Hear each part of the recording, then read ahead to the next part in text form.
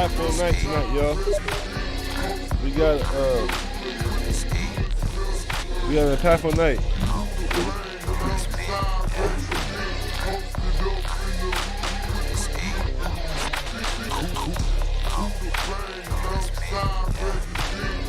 It's an impactful night.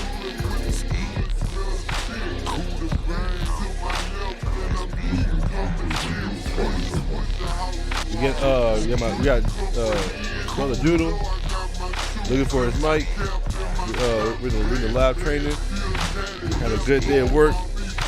We're here hustling, tussling, moving, and grooving. Get what we get done. I ain't been on in forever. Ain't it great to be back, y'all? Ain't it great to be back? Ain't it great to be fucking back? Now, so what we're gonna do is we're gonna share the link. We're gonna share the link. Just let everybody, let's let the brother know we here.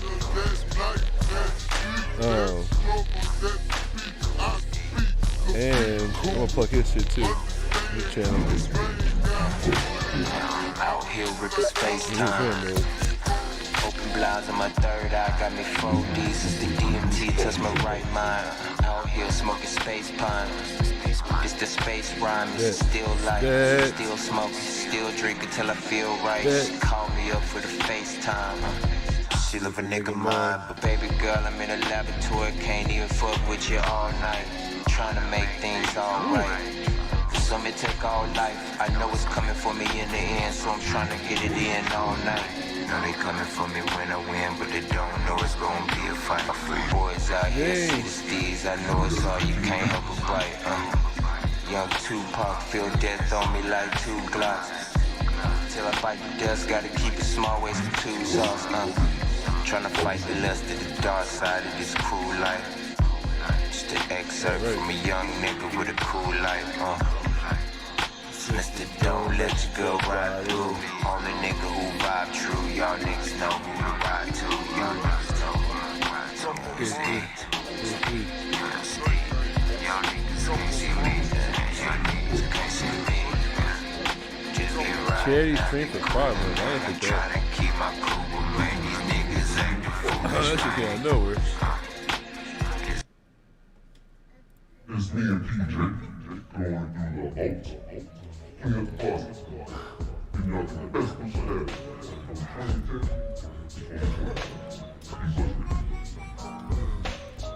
Got my nigga Neon Extras in the building.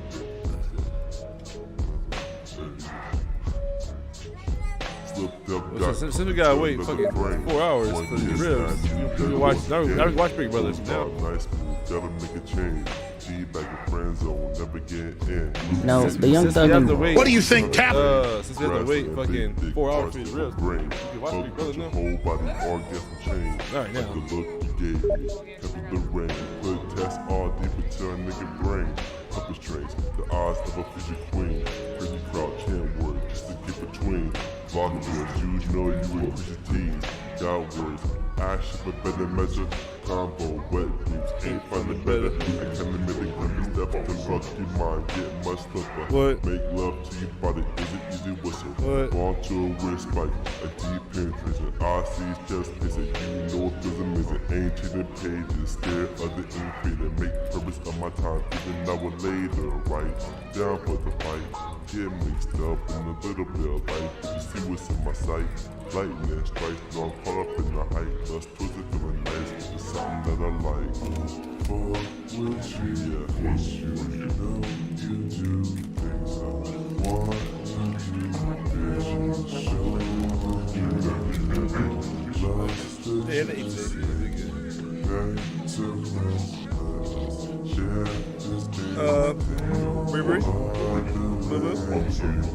Got to do what you wanna do. I'm just showing you. Bag. I'm just looking to change your frame. You know, Smoke can't drink. will stay You'll That's what find we can't love again, and it'll never end.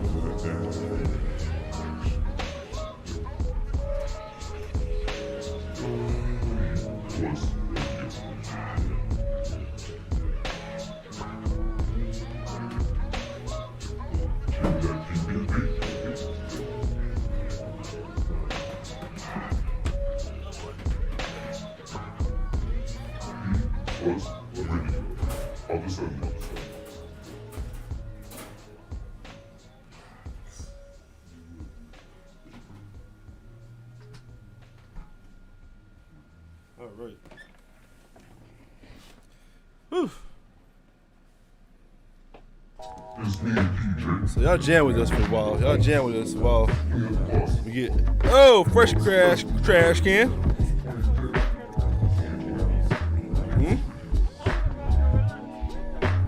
What? What about it?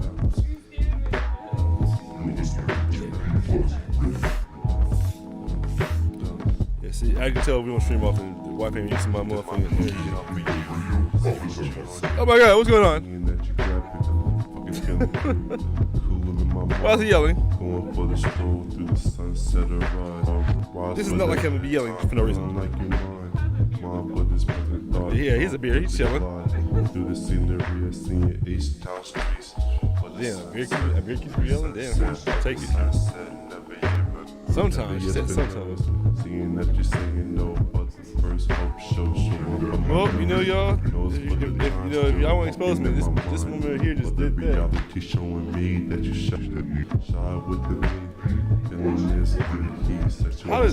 How would anyone know you're playing?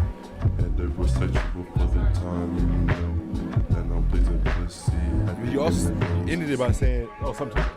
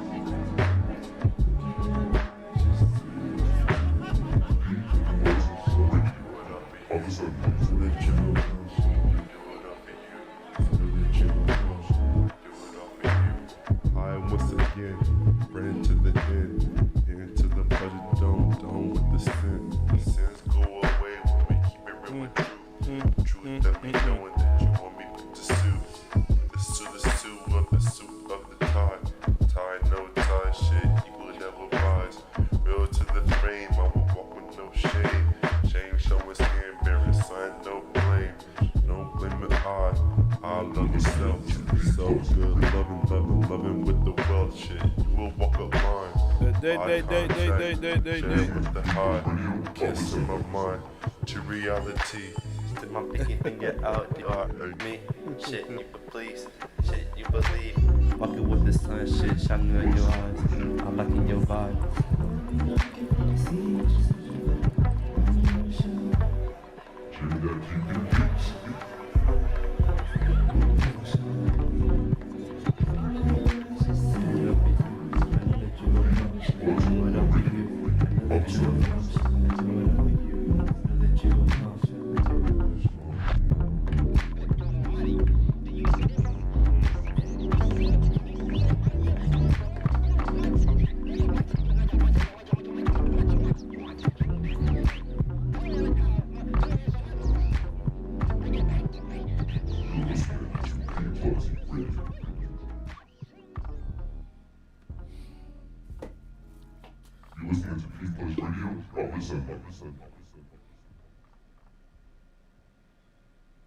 It's me and We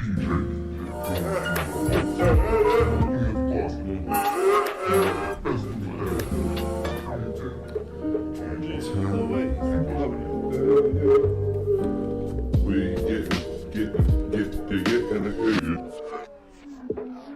You're listening to We getting lifted. We getting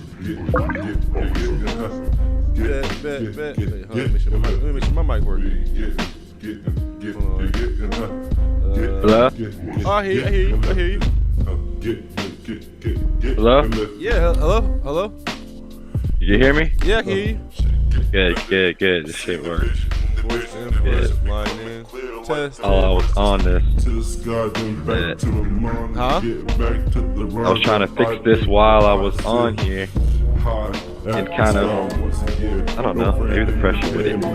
But I'm glad I fixed it. I just found this microphone. It's my headset for when I was working at home that they gave me. Still works after everything, so I guess I'm gonna use this. There we go. And now they can hear you. Okay, so turn the music down. Now the stream can hear you as well. Yeah, let me check that really quick. Let me check that really quick. All right.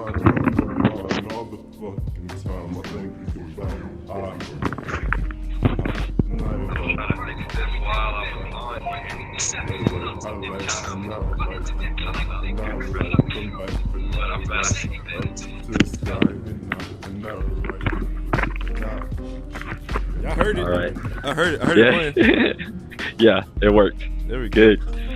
Perfect. Good. It's a simple fix. It's amazing. All All right, cool. And you sound clear. So I had to turn my music up because I was worried it's gonna be a little sound buffer, but now you sound clear. All right. Good. That takes out a little expense. Cause I was showing like, all right, I want to get this microphone whoop-de-whoop, all that work, and I just should have just went in the closet and looked at this thing. Shit, better, okay. It's better now than being in traffic or after you are in line. Or trying to use an hour lunch break to go in the store and buy something when I should just be chilling eating my lunch on the real. No, a lunch break is they say lunch break, but it's a break. It's a break for you to go do what you gotta do. Real, because that's exactly what it is too. It's like, man, let me go handle this real quick. Remember, I used to go to the gym on my lunch break at Black Elk. I tried going to the gym the other day, and when I tried to go, it was quite uncomfortable to go to. While you're the mind. Yeah, it was just, it was very, and it was a gym that was kind of privately owned. You know what I'm saying? It wasn't like no Planet Fitness or nothing like that. It was like the gym right by the house. Yeah, what made? I'm about to say, what made you pick an Orthodox gym? The convenience of it, because it was right by the crib, and I always passed it up, and I always see people there. And to be honest, I honestly thought it was like a work in progress or a closed down building, but it turned out it was an all out gym. I was like, oh, okay, all right. But when I went in there, like one of those CrossFit gyms. Yeah, it was real small. CrossFit gym? Look at you. I mean, I know. I didn't go. I didn't go. Yeah, I was like, nah. That gave me the incentive to be like, nah. Let me go ahead and just do what I do at the house still, because to be in this environment felt very claustrophobic and very hot and sweaty, and it was weird. It was cool though. You trying to get the workout with the sex appeal boost. It was like you arm in arm with these people. People they had a room specifically with mirrors in it for people to take pictures of themselves and whatnot. Oh Lord! So it's like an influencer gym. Yeah, I was like, nah. Oh, I'm coming. Damn. Well, let me get up on a training mode. Oh, it's you? Oh, no, yeah, I'm coming. Yeah. Okay. And ever since we started playing, my son he loves to be by this fight stick. Oh, really? I know, so I feel weird because usually when I'm waiting for you, or I get home early, and before I text you, I go to training mode and press the buttons a little bit. Hey, that's good though. Now he has this little, he fiending for it. He like right by me hovering. Like when he want to press the button. Cause when he sees the burst or the Roman cancels, he gets excited. Well, when they like cancel the move out, yeah. Yeah, when you hit a burst or Roman cancel, whether he's playing with me or he's watching, he'll get excited. That's what's up, though. You hear something that he notices that mechanic is amazing. To be honest, you know what I'm saying? Yeah. Okay, here we go. Yeah, it's the first. For y'all tuning in, it's the first. Or watching the archives. This is the first match. Yeah, that's the idea that I came back into the streaming game with. I came in with sort of a plan of sorts, not much, but kind of like I'm willing to take tips, matches, whatever. But this is all archival footage, you know. You know what gets my goat? Watching these old matches like throughout my day. I like go back and watch them. Like, man, that was me. You know what I'm saying? I like that. I like that we still got that. Oh, trust me. I agree. Oh shit, my headphones too far. So okay, hold on. I fuck with that because I still watch that Jets GTA mode we did. I still watch that shit. Remember when we were the GTA Jet match? I still watched that. Yeah, and I remember trying to get one of those motherfuckers. Jesus Christ. Okay, roll back. Come on, roll back. Also maybe me. Could be me too. Cause I today is the first day I played online while doing the stream with OBS open and everything. So. Oh shit. Not yesterday. The day before yesterday, I just tested stuff out. I just tested like the starting screen, the intermission, the sound, all that extra shit. Yeah. Just to make sure when I did decide to go on, because you know I want when I want to go on, I just want to push it and go, not to set nothing up. This microphone was kind of a audible. Oh yeah, I feel you. I would have never thought about it until you mentioned it, to be honest. Oh shit, because you know, the minute you get that one opportunity to engage with the people, that's what it makes a life difference. I learned from you. Yeah, I my foundation was trash. I want to get that right. Oh shit. Too high up. Oh, now you get to hear me bitch and complain during my matches. Oh shit. Oh fuck, yeah, same with me. Oh shit. Oh, on my head. Yeah. That was good. Those on the ground moves, I'd be forgetting he can do that. Nobody else really just does that like that. I mean, some people will pick you up off the ground or combo you in, but the damage scaling ain't shit. But this nigga be haymaker you while you on the ground and shit. But then you see, if you don't time it right, you'll look retarded because you'll hit the non-active frames. Now, yeah, you'll be recovering and shit while I'm like, okay. Yeah, I get that. It looks so bad sometimes. Seems like you worked on that overtime. Like you cancel with the kick and shit like that. You cancel with the bite, shit like that. Yeah. Things that I don't remember you doing prior. You know what I'm saying? I got you. Cause if I don't, shit. If I don't, you gonna nigga me. You gonna know all my combos. Yeah. I'm telling you, this game. What is this? Oh, this an ad on YouTube. This game literally. I got to put this down. Sorry, y'all. The music was a little loud. I couldn't hear my brother. I got to move my mic. I got to move my headphones because this shit is too far. I look retarded. Like I am okay with not having my face being seen. Like I've accepted that as being something. Talking about the camera? Yeah. I'm okay. I feel like that's an on or off thing. I feel like I feel like it's a weird trick to like show my sex appeal without me realizing I'm showing my sex appeal. Because I remember. I think that motherfuckers do that without really kind of realizing. Yeah, you have to, because like, even if you're like telling yourself my fan base is all men. Yeah, even if you're telling yourself, oh, my fan base is all men, you still make yourself look good for that one girl. Yeah, you're still making yourself up for the camera, even if your fan base is all male. Yeah, because your fan base isn't all male. It's just that's all you know. Yeah. yeah. Really, you don't really know who's behind that username. Right? That's right. Oh. We learned that shit from Duck. We learned that shit from Duck, bro. Facts. Facts. You know what that nigga doing? Ah, you got me. Facts. Okay. No, you hit me. You hit me. Fuck. I don't know how. Whatever. Oh shit. Oh shit. Oh shit.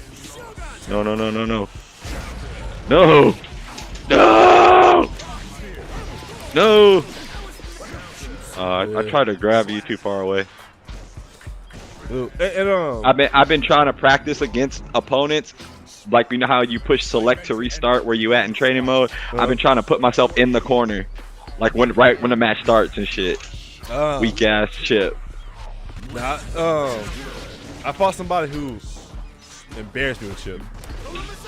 It made me Oh, mad. for real? Yeah, it made me mad. I'm like, damn, that means you can get that good. Yeah, every chip player that I fought don't fight the same as me, which makes me keep playing this game. Not at all. To be honest, it's like I love how you can play like have mirror matches, and it's not the same style, but they got the same fucking moveset. Like I don't know how y'all did that. But see, my only counter to that is fighting a Nago is the same. That non-ability to dash makes every Nago mirror match the same. Oh, you gotta use blood to dash and shit. It's so horrible. If niggas trying to play fast and aggressive, all you gotta do is time out. That's all you gotta do is time out. Oh my god, I messed up putting in my special. That was the bluff no jutsu right there. I just fucked it up. That works. That works. I feel like that's a game mechanic with every character in this game. You getting rushed down or something, you wake up, hit that surprise super, they're all invincible. They all do amazing damage on counter hit. It's like, okay, yeah. It could, unless you're about to know your opponent, yeah, you can fall for that anytime. Yeah. Or cause especially if your opponent feels like they're about to win the match and you got like a little bit of health left. But the damage scaling on this game is crazy, so it's like they got that comeback mechanic of like you get that good counter hit with a special, take off 70% of your life and shit. Yep. I like that though, to be honest. It reminds me of Samurai Showdown. I know. It's a slow ass game. It's like Samurai Showdown is a slow ass game with high damage. This game is fast with high damage. Yeah. Hell yeah, I agree. Oh, missed that. Oh my god, button mash. A button mash. Oh. No! No! Man, I was like, I'm gonna do the other one, but I was like, nah, this nigga close. Let me go ahead. Yeah. The roll, I got just the roll back. Ugh. This is getting better, so I'll adjust. Oh, because the more matches we play, the more frames it saves or some shit. I believe so. I feel like that's why they call it rollback. It never restarts the shit. Me neither. Me neither. I've always just gone based off assumptions. Oh, rollback means that they're saving my frames up, so the internet's faster. I don't know. All I know is everybody gets happy for rollback. That's all I know. Yeah, we get better internet. If that's what that means, then you call it whatever you want. Call it whatever you want. Give me some better internet. Right? Well, I'm behind a bigger bill. Yeah, that's why nobody want to. Oh, did you see that new the JoJo's, the All-Star Battle? That shit came out for the but they changed a lot of shit in it. From what I've seen, like the combo system different in that bitch. Oh shit. No. I kind of like that. I kind of like that bite cancel that wind up. Cut that nigga. I kind of like that but shit. If you don't do it at the right time, I won't get the blood gauge decrease. So you gotta time that bitch right. If I button mash so you biting me does the blood gauge decrease, right? Yeah. Oh, okay. But if you press it too early, you do the purple roll cancel. Yeah, and I don't get nothing. Because you cancel your. Got you. I got you. I shouldn't be telling you that, but shit, you know, better knowledge, right? Yeah. Because I don't know Nago's mechanics at all. I didn't know you could take away the blood gauge. Well, okay. I thought it just went away on its own. I will handicap myself by giving you some knowledge. Or some I guess it's simple, but it may be not simple. The higher my blood gauge, the more damage and faster my moves are. Oh, but you're at risk of going over. Yeah. Got you. What a fun way to play with that nigga. That's what I'm saying. It's like gauge management. It is. Yeah. I bet you that'll help you with your money. But not like. I manage this blood gauge, nigga. This blood money, nigga. But not like Happy Chaos. Because Happy Chaos, he can still function while his bullets. I don't like that fool. I like him. I just don't like how goofy he is. That's why I can't use him. I can't. What his character? Yeah, you know me. I'm a sucker for a good character arc. He's a fucking edgelord. Yeah, that's what he is. He's a fucking edge. Chaos. That's all I want. It's just to see drama. Okay, buddy. I know. That's what he said in the story. I was like, what the fuck? And see, I feel. Well, I'm not gonna watch the story till all the characters come out. Cause I don't know why. Because it spoils characters, don't it? I think so. I think it really does. Oh my god.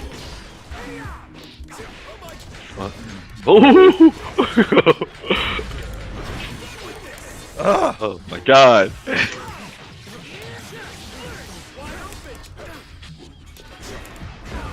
Oh shit. Oh my god. See, see, I'm doing that shit. That down, that forward heavy slash. Because before they nerfed it, you could always end the combo with it. Now you can't. You look stupid. Oh my god. That's purple cancel. Nope. Oh, okay.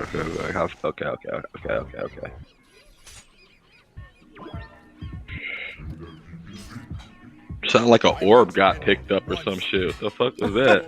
Either that was a music or something. Somebody got some energy. I don't know. Like, what the fuck? Hey, Mega Man. I haven't heard this music since it came out. Oh, the game music? Yeah, I see that shit off. Yeah, I know. I like Arc System's music better when it was just beats. I don't like the fact that they put lyrics in their songs now. Fuck. Oh. I wasn't prepared to get command grabbed. I would love to know how you do that move. Was it a quarter circle? No, it's a Shoryuken. It's a Shoryuken. Oh, okay. That's why you can dash forward and do it because you're already in that forward motion. I'm like, how the fuck does that come out so quick? Oh no, I have to cancel. I have to cancel it. That's why. That shit is. Oh, because you're doing the dash. Yeah. I'm telling you, that's why I play so much. That's why, nigga, you know me. I could never do the Shoryukens. I'll literally dedicate my life to learn how to do them just to learn this character, and then I have to learn how to do them. That's why I've been getting so good at the arcade machine, the Marsteria, because. Oh, I ain't gonna lie.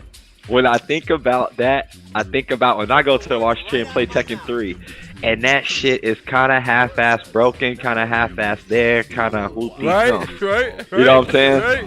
But it's like, yo, this is me training in the wild. So whenever I go back to like, you know what I'm saying, play other shit, I can take some of those tactics there. Exactly. Same thing with, you doing that. So I definitely see what you're saying. Because just even on the mechanics, the first player side doesn't work, so I always have to play second player. So I always have to go get a couple of zones. You gotta start on the left side. Yeah. Oh shit! What a handicap! But you're managing to beat the game with different people. And I told you Blanca and Dan. I know. I laughed myself because Blanca is a charge character. And I remember you loathing shit about charge characters, even whenever we were playing Guilty Gear that day. Yeah. When you were saying something, I was like, yeah, Axel got the charge move and shit. About Venom. About Venom.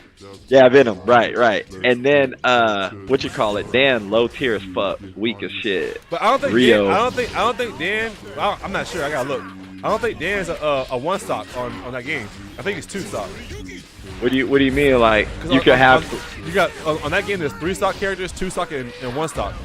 Oh, like Geese would be a 3 stock or some shit. Yes, sir. Got you. Good old Geese. So I think Dan's a. Oh, you blocked that. Oh, okay. Got him. What's that? Got him. Oh yeah.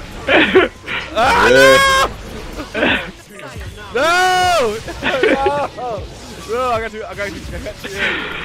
I ain't gonna lie, that the fucking glass breaks look kind of corny in the beginning to me, but just the fact that you can have those moments is like, all right, the glass break kind of grew on me as time went on. You know what I'm saying? It is kind of fly. It was a.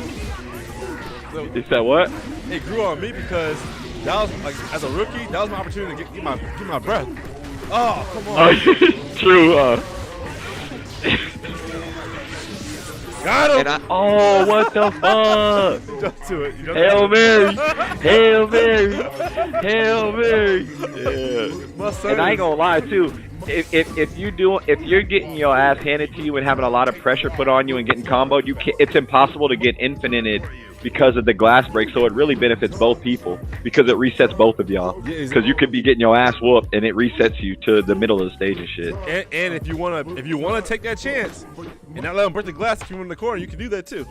But that's a risk too. Yeah. 'Cause a lot of characters have ways to get out of the corner. Yeah, like Chip can run up the wall and shit. Yep. And I never use that move. I don't use that move. Really, that's how you combo a lot with them. Yeah, a lot of people use that move. That's why I was about to say it. But I don't like that shit. If you block it, you kind of like left wide open. Yeah, and it's too airborne for me. It's too like you in the air too much. Yeah, I'm already jumping. Yeah, the camera ain't panning out for you to see like a lot of the location of your opponent. Yeah, a lot of people I see play with Chip play pretty reckless. But that's where I take shit from playing other games. Like other games that I play are older, so they're kind of slower. You can't really just do all that. So whenever you do play free, like alright, then you feel yourself getting a little loose. Right? Yeah. Damn. Ooh, give me that. Nope. I'm not gonna kill you though. Oh, fuck no. Look at the damage scaling. I didn't do the special did nothing, bro. It got you. It was just all flash. No, it got you your wall break. Which is the reset, yeah. Yeah, perfect. You know, I mean, and the tension. If you break the wall, the amount of tension meter you get is retarded. That's right. Get the tension boost. That's right. Whoa. Oh, you dashed back. I thought you were gonna do a third move. Oh shit! I thought you were gonna do it again. How the fuck I get tricked by that shit? No! Here I come. Damn it! I'm glad I did it right before, because you probably would have bursted when you do that move. You kind of like burst a bit. I would have. I thought you were gonna hit me out of that, but I ain't about to get hit by that.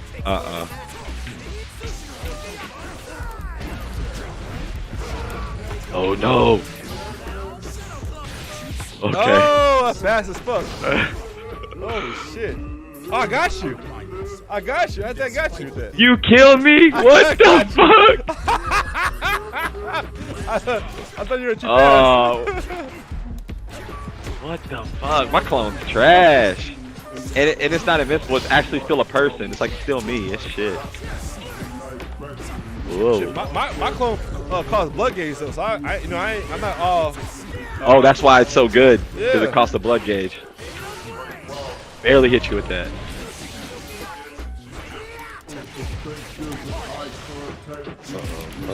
Uh-oh. That nigga sucks, man.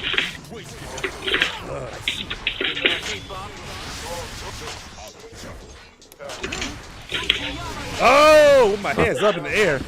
With my sword up in the air. Oh, shit. Oh, That special is weak, but it come in handy. It's so fast. You can't see it just coming. You don't see it coming. That's the thing. That's why it's so annoying. I'm glad it doesn't have like a badass animation like the other one does, because then you can kind of see it. It's just that quick little yellow whatever the fuck energy, and then he just dashes forward. It's like, all right, cool. That's a good little surprise mechanic there, buddy. I fuck with that. I think it's a reverse special. No, I think it is.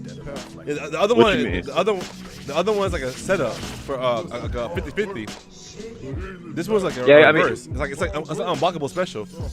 Because some specials can be blocked. Right. Okay, I get what you're saying. I think whenever I was playing against the computer, they blocked my shit, and like that same special, but somehow they still got hit by it. I don't know if the computer just like was lacking or what, but it's like clearly blocked it. It's like Testament that his special the mouth comes from the ground. Yeah. Oh my God, I hate that. That's a reverse special. With the one with the girls, that's like a setup. Like, oh, okay. You talking about like a counter? Yeah. Like if somebody's giving you rush down, you do that. Yeah, exactly. That's this one all day. Why would you do it? Yeah, exactly. I was just gonna do it even if I got hit. You just happen to get hit in the combo. That's it. Damn. But I get what you're saying. Yeah.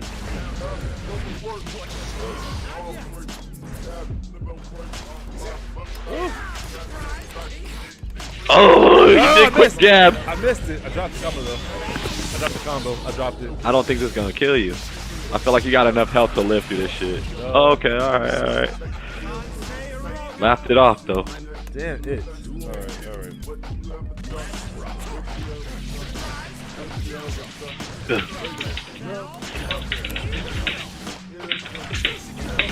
Woo! Woo! No! What are you doing, you fucking idiot? What are you doing?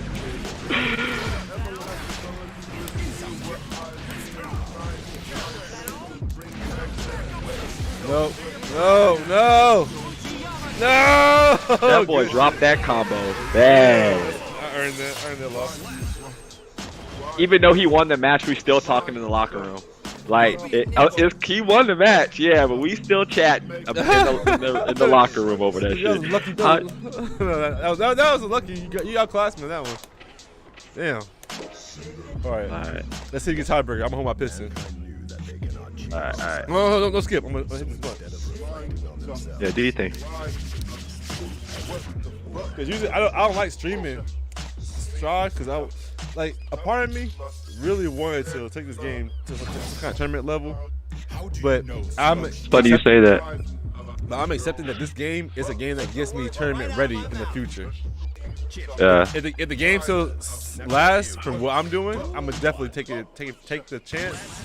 It's just a money thing, and put my money in my mouth, put my skills to the test. But to be honest, I've been talking with other people about this shit and kind of this is kind of like I said, I had a plan with doing the streaming and shit. Really, I want to do little mini tournaments with, not mainstream games, just games I'll fuck with and I'm interested in that I know have a fan base that I like that is easily readily playable, and that's this game. You know what I'm saying? Because especially if they have this at Matsuri, because I'm going to Matsuri for 4 days. So it's like when I go there, I'm gonna see what people play. I know Mario. What's Matsuri at? It's like George R. Brown Convention Center. Oh shit! It's Houston. Yeah. I forget. Damn. See, I've been out of touch with the culture for so long. Damn. Me too. But I have somebody that I chat with on the regular. He kind of a anime enthusiast, but he does like card games and appraises like sports cards and does all this extra shit. Gotcha. And he going to Matsuri, and the way he kind of talked about it and kind of pumped it up kind of made me go home and think about it. And I was like, hey, I really want to do it too. I want to go. The last time I went, it was at the Marriott. Now this motherfucker's at the George R. Brown. I've been away. You know what I'm saying? And I don't want to go and try and sell shit. I don't want to go and try and market or nothing like that. I really just want to go and experience it and just kind of get back in that niche. You know what I'm saying? So I paid the $95 something for 4 days to go to that bitch. But that's like, I know that they're gonna have tournaments there because I did Showdown. And they have tournaments there now. I'm gonna die. But they never said what it was. But if there is some sort of game there, okay. If you pay for the ticket, you get the free entry to tournaments. Yeah, and you can go and you can do setup. You can do all that shit. So I'm gonna go. I'm gonna try and do what I do.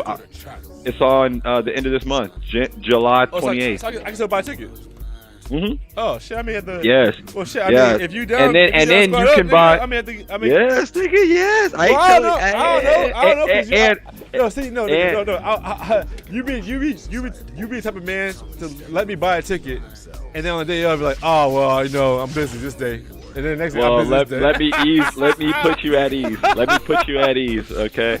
Let me put you at ease. I bought a non-refundable $92 4-day pass for Thursdays through Saturday. So I'm obligated. I'm not obligated, but I'm committed. You know what I'm saying? I put my money where my mouth goes with the your shit. commitment will leave a nigga stranded. That's all I'm saying. I feel you. I got here. I'm leaving, bro. I'll be back tomorrow. I'm on my way home. Oh no, you know what? I scalped my ticket. I sold it to somebody in a fucking parking lot. For 150. Yeah. You made bank. No, for $70, I shorted my stuff. Fucking idiot. Nigga touching my mind. You ain't know. I canceled. I was just pressing buttons. Yeah, you ain't know. You ain't know. But I stay in 5th Ward, so I don't even gotta pay for no hotel. I stay right by the motherfucking. You're streaming. Remember, you're streaming. Oh, yeah. But I don't know if 5th Ward is that, but I think I know it, but I don't know. I stay in the air loop of Houston. I mean, but, true. I ain't about to drop my address or nothing, but you know, yeah, I stay right by that motherfucker. Well, you know, I guess it's like, God, Houston, my hometown. God damn. No, I guess it's. Oh shit. God damn. That boy got tired of saying counter. Oh, shit. Well, yeah, I would definitely. That is technically that's a day's worth of work for me to have that and then move money to eat and do drugs. Yeah, I mean that's the idea going. The idea going is just to immerse myself in that shit. Yeah, immersion. Nigga, if you willing to deal with your brother's energy, then nigga, I will put you all 4 days. Shit, what you talking about? I ain't tripping. I live so close to the Georgia Armand Convention Center, so. Yes, and that makes life that much easier, you know. Yeah, it's something that's simple in our city. You know what I'm saying? To me, actually, no, I'm taking it as an opportunity to network with you, technically in the flesh, because if you talk about streaming, you know, the power of the streamer is in the power of them being their only puppet master. Yeah. So my server's a puppet master at that point.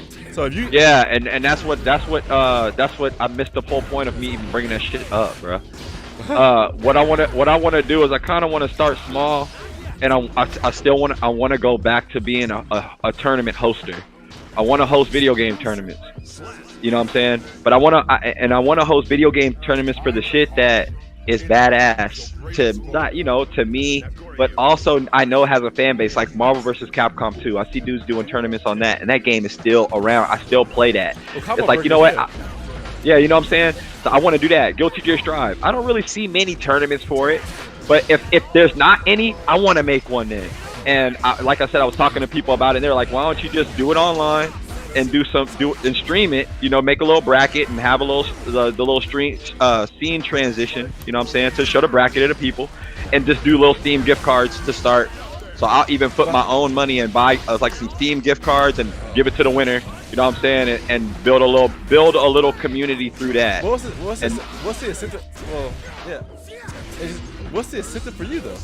You know, because at the end of the day, you took out. At the end of the day, you can't. At the end of the day, it to me right now, it just start off as a hobby. It just, I'm investing in my hobby by like buying the gift cards and shit like that. But you know where it takes me, I don't quite know. I'm less focused on the destination. It's just the gas. The gas is like, it's rare that you hear someone willing to fill the tank by paying for other people to have gas too. Yeah, I know.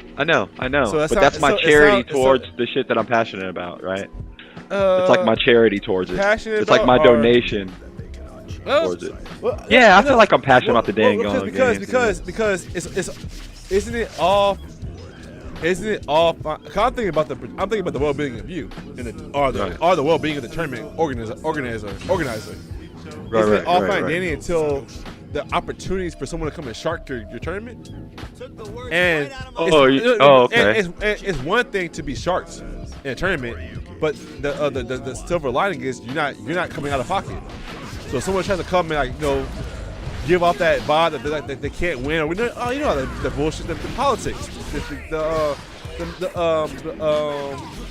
finesse. It's what do you mean? Like, it's one thing if you're getting finessed by the skill play, the skill of the people in the tournament. Right. Because I'm pretty sure you're joining. Yeah, I want to be a part of mode. Exactly. Right. So that gives you the ability to win your money back.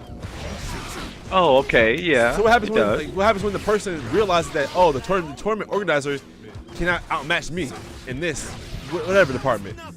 Then they go home and train and beat my ass. That's cool. No, I'm thinking with success couldn't be like 12 tournaments, 30 tournaments, 50 tournaments. Are you saying that you're willing to? I'm just curiously asking. Are you saying that you're willing to go 50 tournaments, 100 tournaments in without winning one?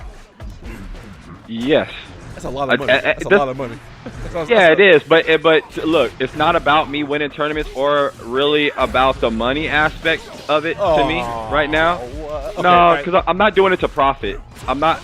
I mean, if I do, I don't even know how. I don't even know how I would profit.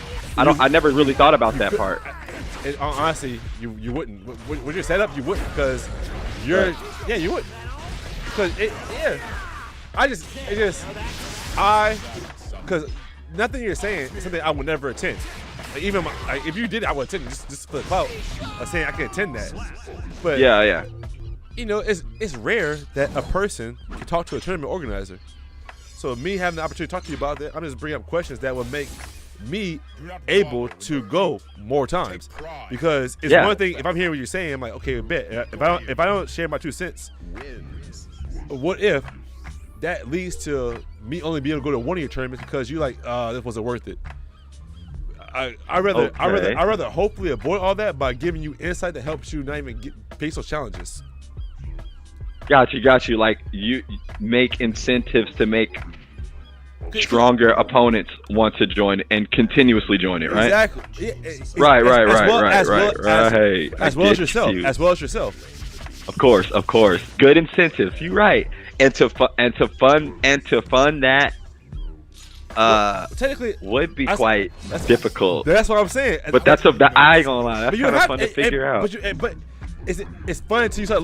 Not to fund it, but just kind of try to make. Not to fund it, you know. It's just fun to kind of figure out what could be a niche. I don't know. I've been thinking about that lately. I agree. On that, you know what I'm saying? On that, I agree. But yeah, I mean, if you ask me, I rather encourage leveraging you versus leveraging the government or the financial currency of the world. Right. Because you have so much more to make your value as much as you can. Something to you could be worth $1 in the physical world, but in like your art skill. But to someone that's like $1 million. Oh yeah. I feel you. That would make it fun to me. That would make it fun to like try to understand what can I really bring. Because what if you say I'll give y'all some custom made sweet sticky rice stickers. Okay, I like where your head is, see? And then you can show them love by saying first place gets custom made sweet sticky rice stickers that says you won blank person won sweet sticky rice tournament. You can do that kind of shit. That's Photoshop. Oh, that's Photoshop. That's Photoshop and a laser printer. Yo, I like that. You get like a fucking trophy or a take. Yeah, don't tell them now, but something. A takeaway. That's all I'm saying. Exactly. You just get a takeaway. Good man. You a good man for that.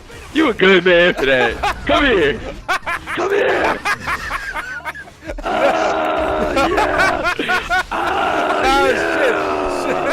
Yeah, that's good. That's a good idea.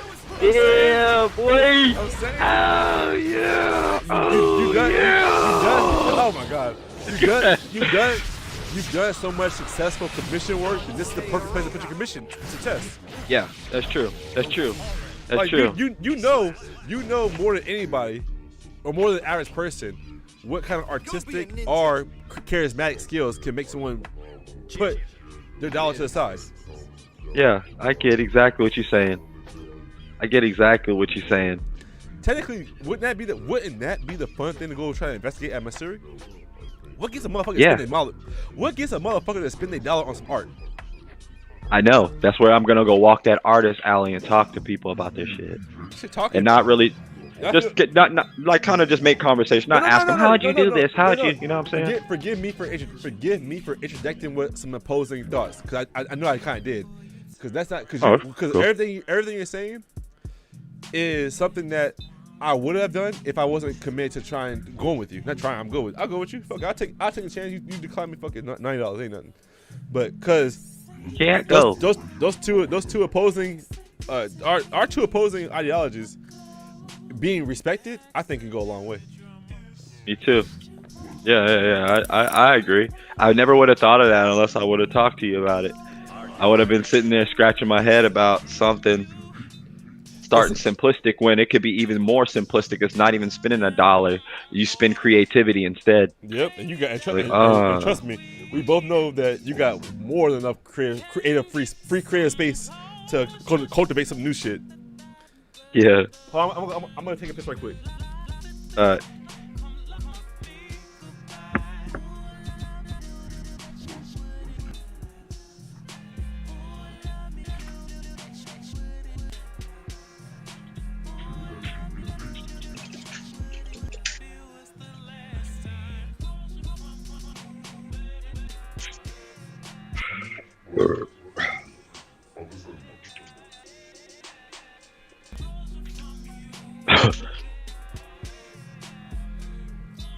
Well, got some strong ideas brewing.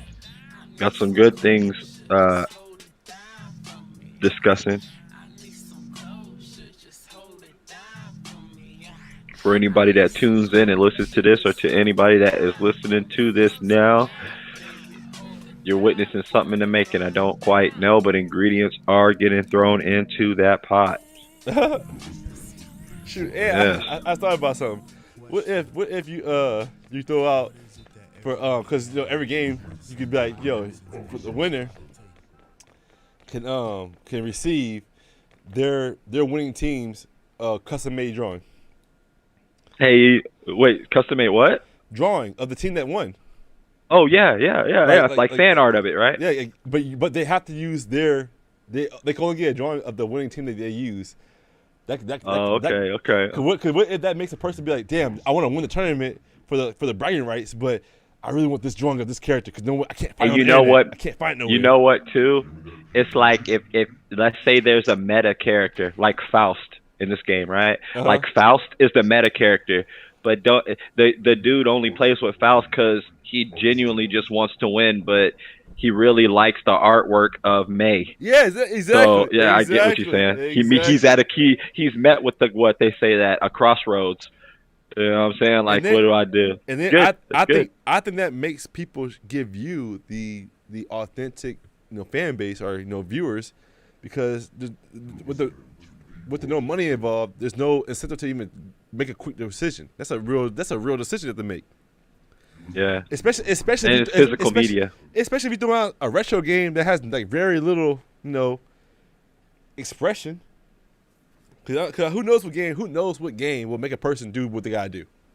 That's what when you said the fun, I'm like, that's the fun shit that will have, cause knowing it's you, it makes it even more fun. Even like thinking about, oh shit, well, if that does happen, I can get in.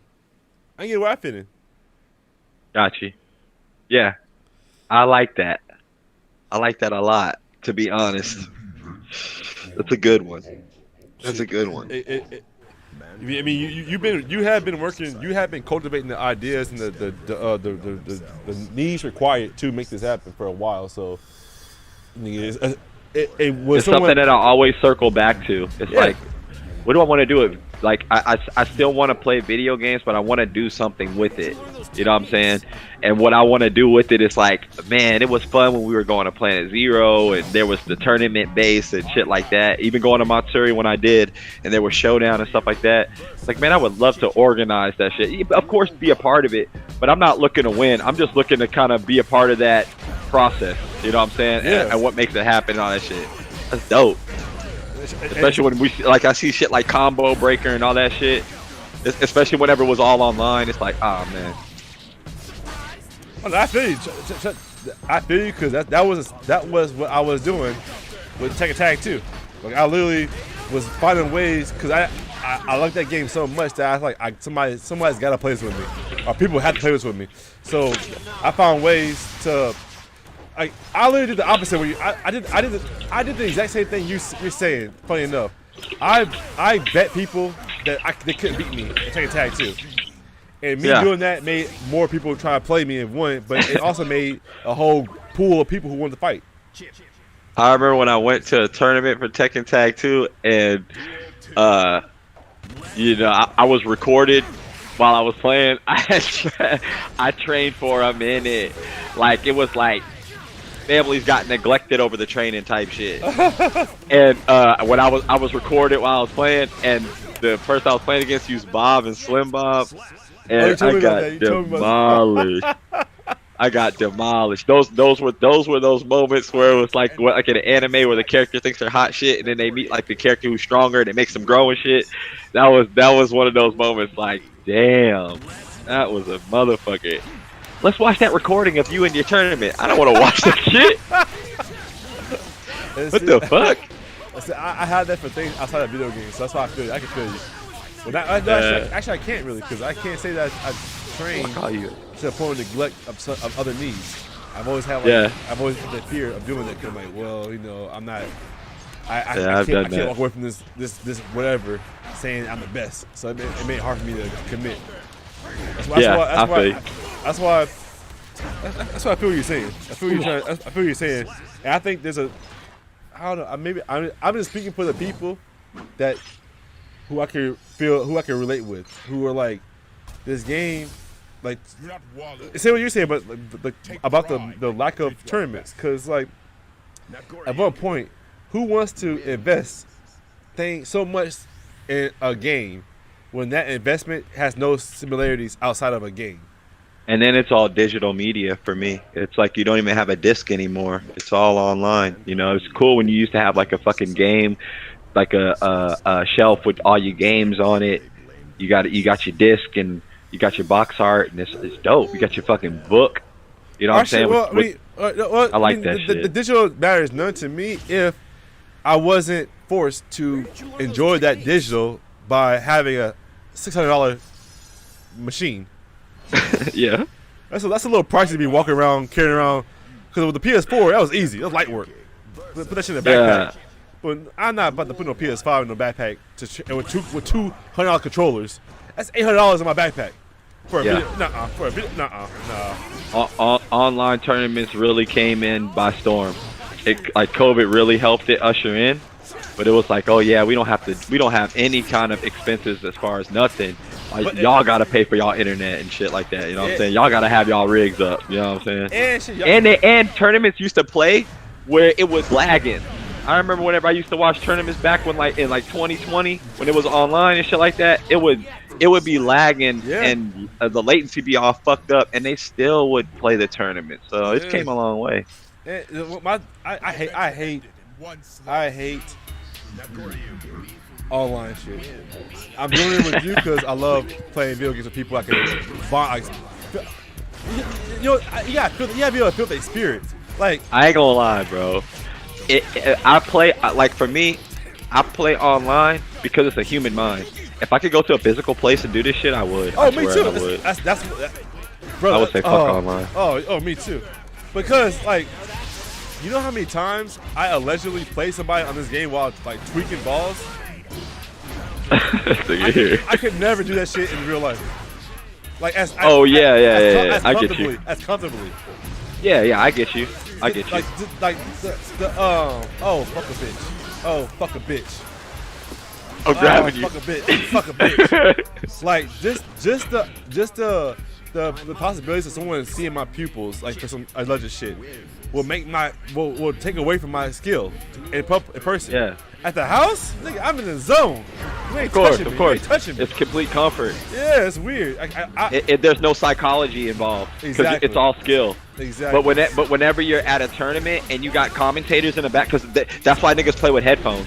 You know what I'm saying? But they got people who don't play with no headphones, and they listen to the commentators and shit like that, and they still play. and they're used to that shit. I ain't trying to reference this dude because I don't really fuck with him. But yeah, I mean nothing against the dude. I just don't fuck with Super Smash Brothers. But Hungry Box, you know that full Hungry Box. That nigga went on the news and was talking to the dude on the news and was whooping that nigga ass. That's what even made me be like, all right, he on some shit. You know what I'm saying? And he still win tournaments to this day. What? But I'm pretty sure homeboy got a lot of pressure on him. You know what I'm saying? To where online tournaments is like an extension of what they're normal to. I would like to be like that as well. Be normal to physical encounters versus digital, virtual, fucking metaverse encounters. We both know the cost of that. You gotta have a venue. You gotta have an establishment. Yep. Yeah. I feel that. But you're right. And see, and that's just my preference, though. You're right, though. No, you're damn right. I guess I take me saying that out loud maybe go into like a deeper thought. I'm like, damn, and no one's doing that because to do it straight through video games is impossible. I would argue that's impossible to do any kind of venue off of any kind of video game experience. I feel that. But that leaves room for the other opposite. Like, it leaves room for so much more than because. Yeah, it's just like the starting block. If you look at video games, funny enough, like a drug, because it kind of is.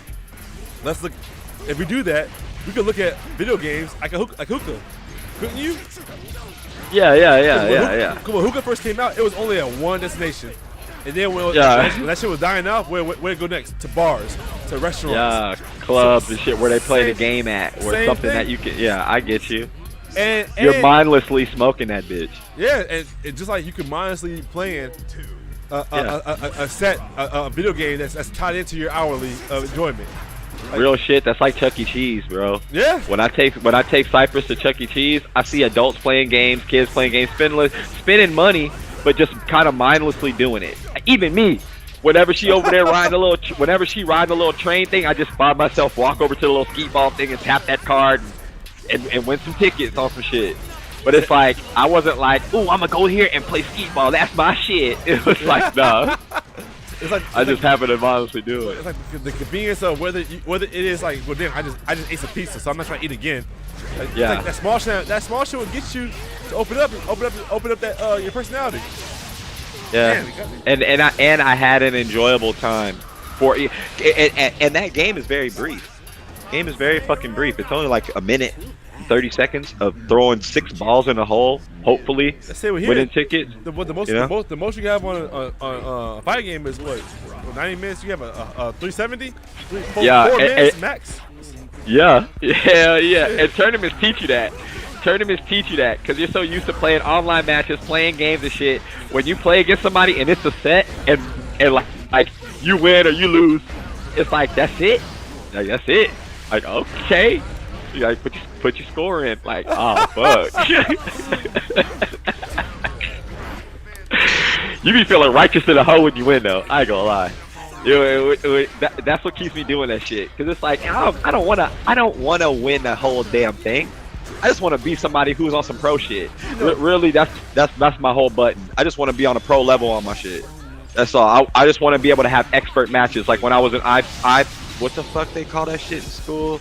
IPC or some shit, little computer class. Yeah. And I used to be high as fuck watching Tekken matches, and that shit would look like real fights and shit. But I would always make sure to type in expert matches because it was like you could just watch somebody play. Oh my god! Yeah. Damn.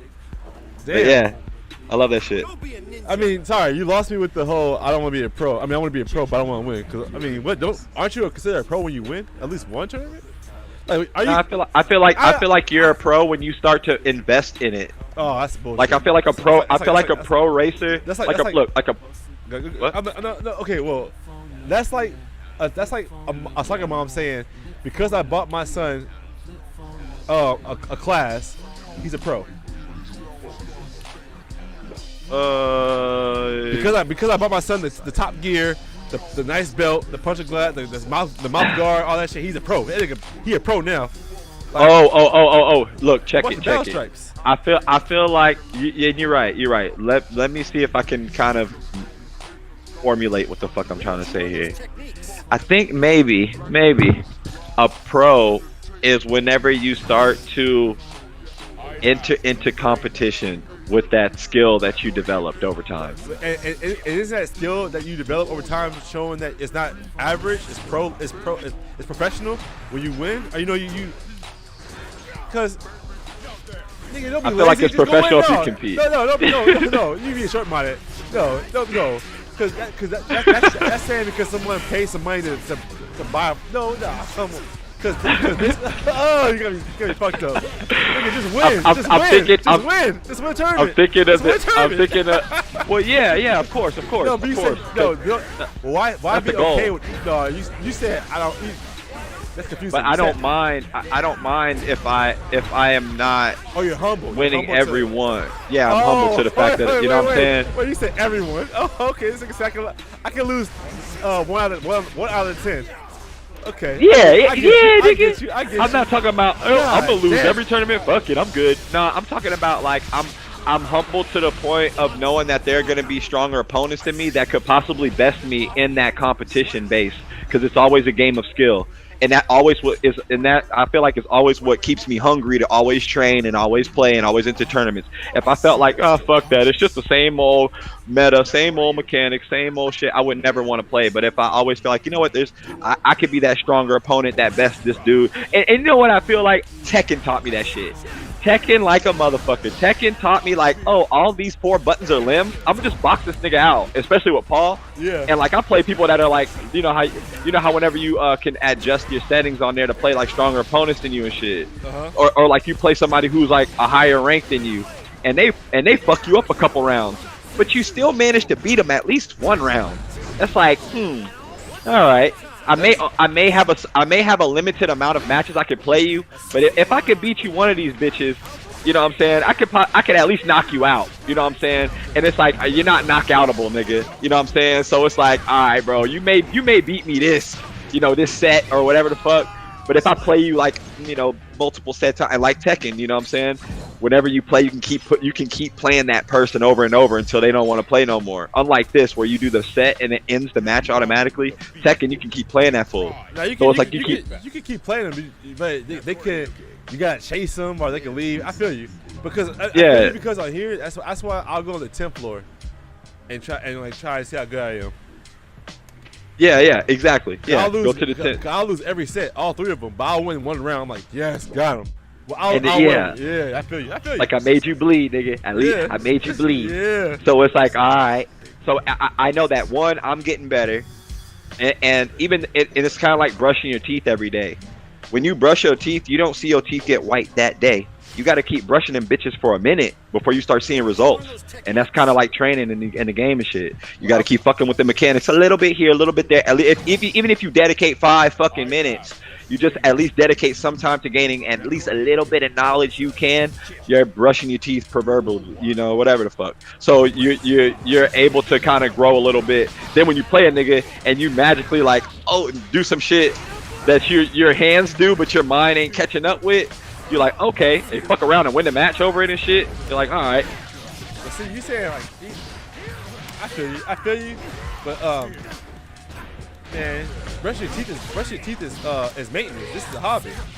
So if you don't go and put them, if you don't have a visual, like if you don't have a plan with the 5 minutes, then you destined to do something. I feel like even if you don't have a plan, you'll learn something. You know what I'm saying? Let's say you go in arcade mode. I can't agree with you because that's why I stopped playing Tekken 7 because I didn't know what to learn, and I couldn't. So I didn't know how to approach it. Whoa, what a waste! I know. I tried to burst. That shit worked. All right for me. What the fuck? No! I pushed you. Get away. Like I did not know how to learn anything that I was supposed to learn in Tekken because there's so much to learn. But right. Not all of it is needed to learn because I love that shit about Tekken for real. But for me, it's like it's a hobby. So it's like I don't have to play Tekken. I don't have to like learn anything. Right, of course. So it made it hard. But that's why I say double-edged sword for 5 minutes. That's why I play this game where I know I have to do something. That's why I learned Shoryuken. Technically, give me deep. I gotta stop. Give me deep. Oh, Looking clone. Make me think of some real shit right now. Now I'm over here playing on Matsuri. Damn. I forgot all about Matsuri, but that's one thing. That's the one place. That's the one organization, organized event that I want to go to besides the Japanese festival. The biggest one we got. I think it, and as far as anime, because I know we got Comic-Con here, but whack. Yeah, fuck that. I mean, I'm gonna see because I'm getting out my ego because I don't see the point I'm going, but I want to see the point I'm going. What, to Matsuri? Yeah, because when you first told me, I was about to talk shit about it, but I'm like, that's because I don't want to be, I don't want to experience something new. I don't know if that's a good thing or a bad thing. I don't know. I'm planning to kind of be completely. Let me be completely transparent. There you go. Let's be real. Let's be completely fucking real. For anybody who ever hears this shit, if I'm dead and gone, or if this gets watched by anybody, hey, you know, it's real. It happens. It happens to all of us, so it's whatever. I ain't afraid about that shit. Oh, put down the knife. Okay, but what you call it? Anyway, let's talk it out. You said it. Let's talk it out. You said it. Shit. I'm just trying to figure it out. But anyway, look, this is how I feel about going to my city. This. Put the gun down. God damn. You just spit 90. Don't do it. God damn. What you call it? That's why you go to my How I feel about my city. Real shit. I feel kind of nervous about going because I don't keep up with current anime like that. What? I don't. Nope. I watch a lot of old school anime. Ooh, I jumped that. Oh, got hit in my face. What you call it? But wait. I don't. Have you watched Jujutsu Kaisen? Yeah. I even went to see the movie at the movies. Oh, yeah. You are a cornball. What happened to you? You know why I went? I went because I went to go see the Jujutsu Kaisen movie because it was like, you know what, anime movies come into, you know, it's kind of like a double-edged sword of knowing how anime has gotten kind of cloudy, but it's very easily accessible in a very entertaining way. So it's like, man, everybody dick ride anime now.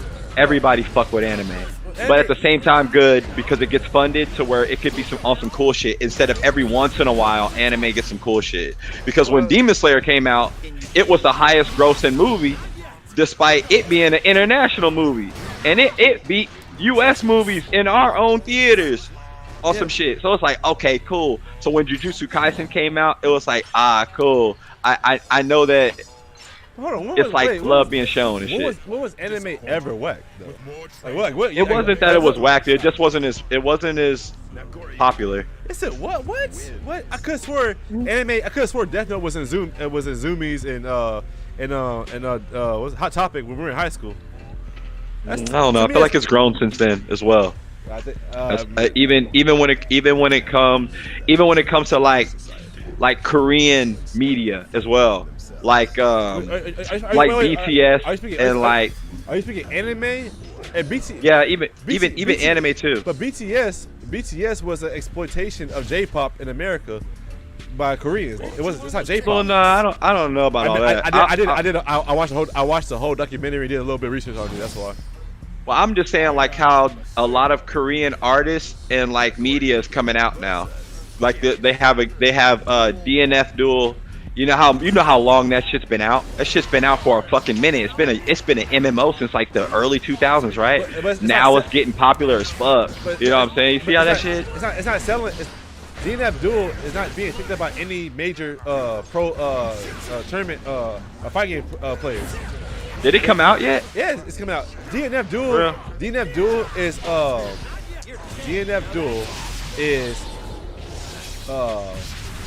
it's like a special guest for a TV show. It's helping all the streamers get their views and get the content going, but it's not being taken as a serious game. Nobody serious is playing it. Yeah, I kind of feel you on that. It's like a funding. It's like a funder. You know what I'm saying? It's like a game that funds for funding other shit. Yeah, for streamers, because the game is. But it's content heavy. It look content heavy though. But not like. But is it honoring the spirit of fighting games? That's the question. It's not. Because I don't know. I don't know. From what I've seen, it's just. It look combo heavy. So is Dragon Ball Z Fighters, but Dragon Ball Z Fighters had the spirit of arc in it. And it had command inputs and shit. This DNF duel got like motion inputs where you push forward in A or like back in B and shit like that. At least Dragon Ball Fighters had fucking quarter circle forwards and goddamn double. You know what I'm saying? Hadouken inputs and shit. If you ask me, DNF duels is like Grand Blue. Like that game, I never fuck with that. It did what it did, but it's not here to do what's supposed to. It's not here to do anything magnificent. Yeah, I feel you. It's here to keep people okay or comfortable until Street Fighter 6 come out. Because Arc is I think Arc system is putting time into this game to Guilty Gear. But yeah, I do too. If they don't do it right, if they don't know what people can deal with, I guess you can say, they can lose this game. They can definitely lose Guilty Gear Strive. So they'll put. What else they got? Oh, they got Dragon Ball Fighters. That's the only other good property they got. Now DNF Duel, because DNF Duel gives people everything they were looking for in Guilty Gear. All the combos I can handle. Yeah, all the combos I can handle. All the visual, you know, that visual lust. Yeah. Because it is visual this lust. Game is very technical now. And slower and shit. I just personally have a strong feeling that I don't think anime got popular. I think content creators that use anime as their basis got popular. Because all those OVAs and AMVs, all that shit that used to be you couldn't get paid for that shit.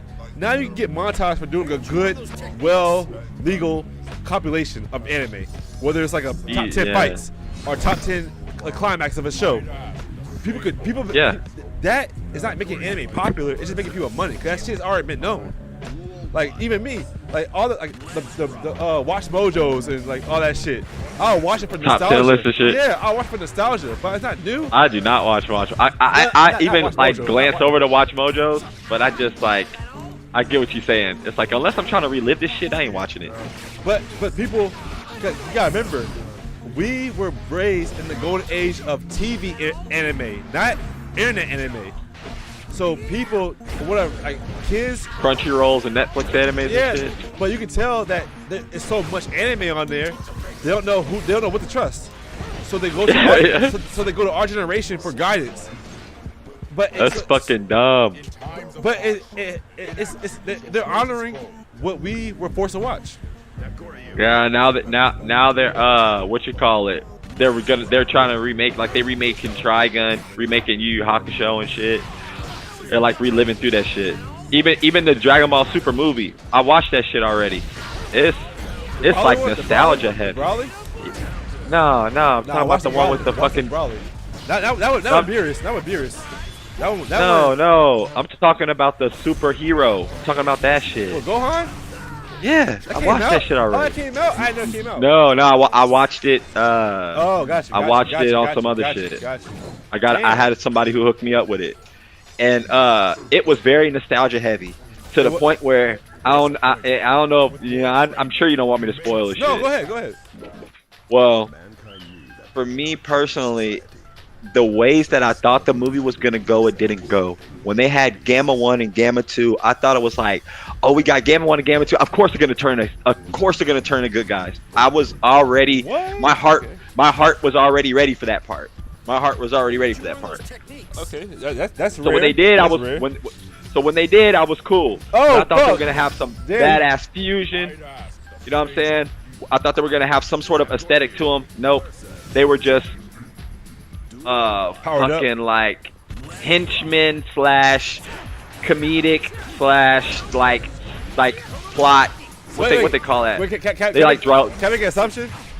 Yeah. Were they like the rapper robots on Transformers? No, because they did some fly shit. They held their own, and they had their purpose. You know what I'm saying? They were just kind of used. And mind you, I watched the movie in straight Japanese, so I had to loosely use whatever kind of Japanese, you know, sub knowledge I have when I ain't looking at the subtitles and shit. So my God, it was like okay, these characters are just those dudes that turn good and they help out the good guys, all right. And I was like, that's cool. And the whole movie, I'm like, where the fuck is Gohan at? Where the fuck is Gohan at? Where the fuck is Gohan at? That's like kind of like where you kind of think of the whole movie. Who was the main star? And the main star of the movie was Piccolo and Gohan. What? Piccolo? Yeah. What? Piccolo was the straight homie. I don't think he lost a fucking fight. He didn't lose a fight. Usually in the Dragon Ball movies, Piccolo show up, Mr. Piccolo, and then he like fucks it. Yeah, he fucks a nigga up, but then he gets bested. But even whenever he like fought, it was to a standstill. It wasn't to a point where like he was like, oh fuck, and destroyed. Somebody had to come save his ass. I think there was. I don't quite remember. I wonder why. But at the same time, everybody got new forms. Everybody got new forms like a motherfucker. Piccolo got a new form. His antennas stand up like Super Saiyan and shit now.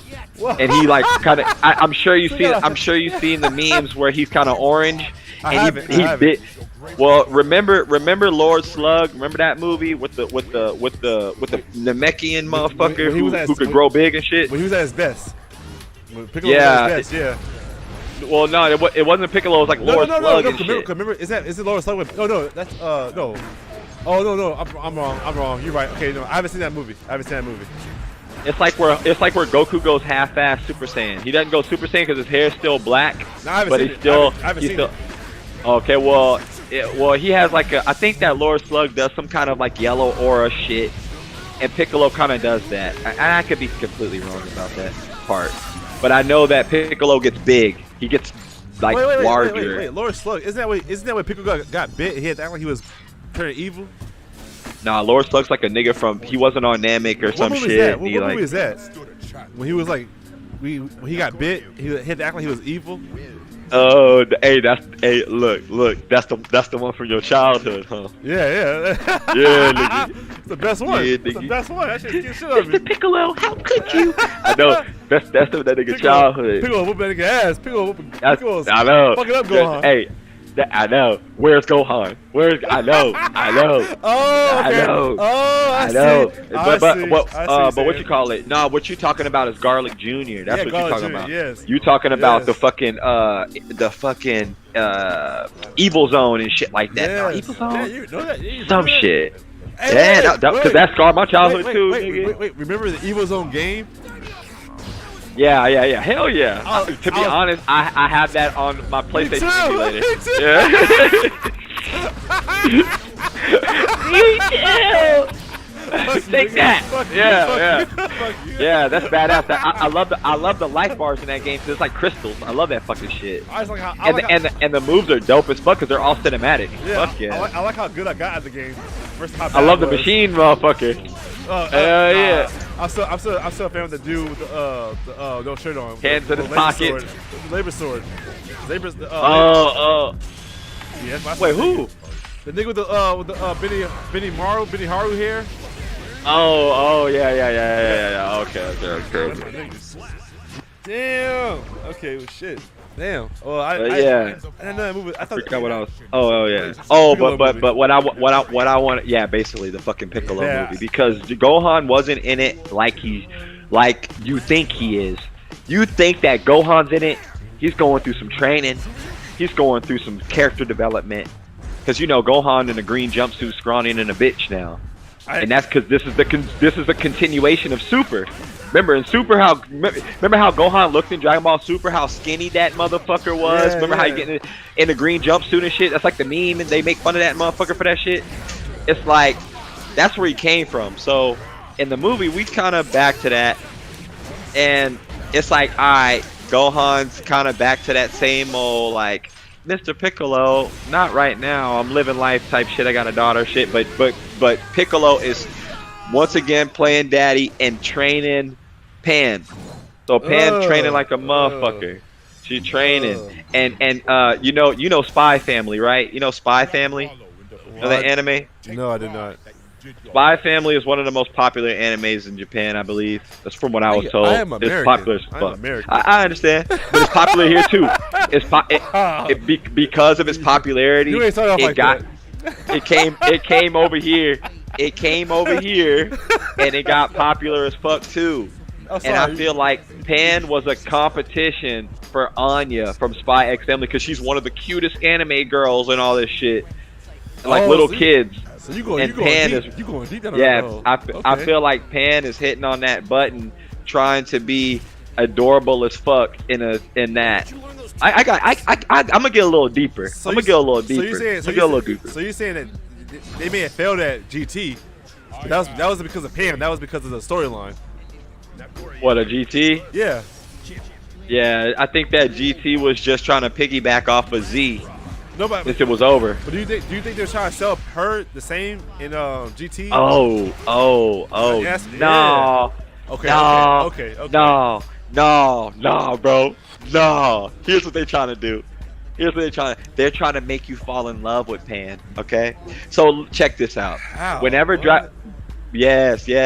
Kind of like how people feel about Michael Jackson in a sense. Whenever he passed away, in a sense, okay? Like it's kind of like when Pan is young, real tiny, real itty bitty, but still got the sand and shit, and she's a newcomer or whatnot. You know what I'm saying? In Dragon Ball Z, at the end, when he's fighting Oob, when Goku's fighting Oob and shit in the tournament. Yeah. You know what I'm saying? That's our introduction to Pan. But then Dragon Ball Z ends, and this is where I don't fucking know, man. I don't know how long of a span it was from Dragon Ball Z to GT. Did this show? I know it had to be a minute because they had to actually make the show before it came out. Yeah, you know what I'm saying? You know that the Frieza arc was in '91. Damn. I know. I heard. It's good. I know. Damn, nigga. No wonder why niggas turned out. Damn. Imagine watching that shit 91. That's a new episode. Damn, what the fuck? You said no one nigga turned out. Hell yeah. Hell yeah, y'all turned out. That's a quote of the week. That's a quote of the week. To where Sylvester Turner dressing as Goku. Hell yeah. Mm-hmm. Oh shit. But where the fuck was I saying? What was I saying? Okay, you're talking about the span between Pan. You're talking about the span between Dragon Ball Z and GT. Yeah. And what you call it? I feel like the span of time before GT and Dragon Ball Z was a gap, and throughout that gap, if you want to kind of half-ass continue the story, even though it's non-canon, you want to make Pan grow up. She's like, boom, she's a fucking preteen in GT, half-ass preteen. Like 11, 10, whatever. Yeah. She got a little height on her, and I know what Saiyans, they're short as fuck until they reach their like teens or like late teens. Like Goku, that motherfucker was 18 before he hit a growth spurt. But like he went through mad tournaments, tiny and a bitch. He met Chi-Chi and nigga dick got hard. He grew like 4 feet. The fuck? Saiyans prideful, bro. Them Saiyans prideful, dog. Anyway. Crazy.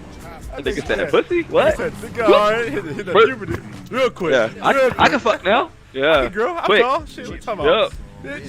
Bullshit, Goku. You're only like 3 feet. Nah, nigga, watch next season. Phew. That nigga grew. Where that king at? Hey, on the real too. When they saw that nigga Goku, whenever it was like the next tournament when he had to fight Piccolo Jr. and shit, and they never saw Goku for a long ass time, they didn't even know it was him because he was so fucking tall. They're like, how the fuck did you grow? He had a tarp on his head and everything. It's like, you a little ass kid. What the fuck happened? That nigga met Chi-Chi. Nigga met the Ox King daughter. Hell yeah. That nigga grew. That nigga grew for that, boy. Yeah, he called the Ox King. Holy shit. You know that's the Ox King daughter. Yeah. Holy fuck. But anyways. I feel like they're trying to make us fall in love with Pan by trying to see her train as a little kid, and then we're gonna see her grow up because now the Dragon Ball Super movies are canon to the show now. You know what I'm saying? And I say that because Broly was in the new movie as well. He training with Goku and Vegeta and shit. Yeah, that was in the trailer. But the way that they did it was good as fuck because it kind of shows you, oh, I see how y'all about to power down Broly. Hold up, let me go piss real quick. Okay. I'll go.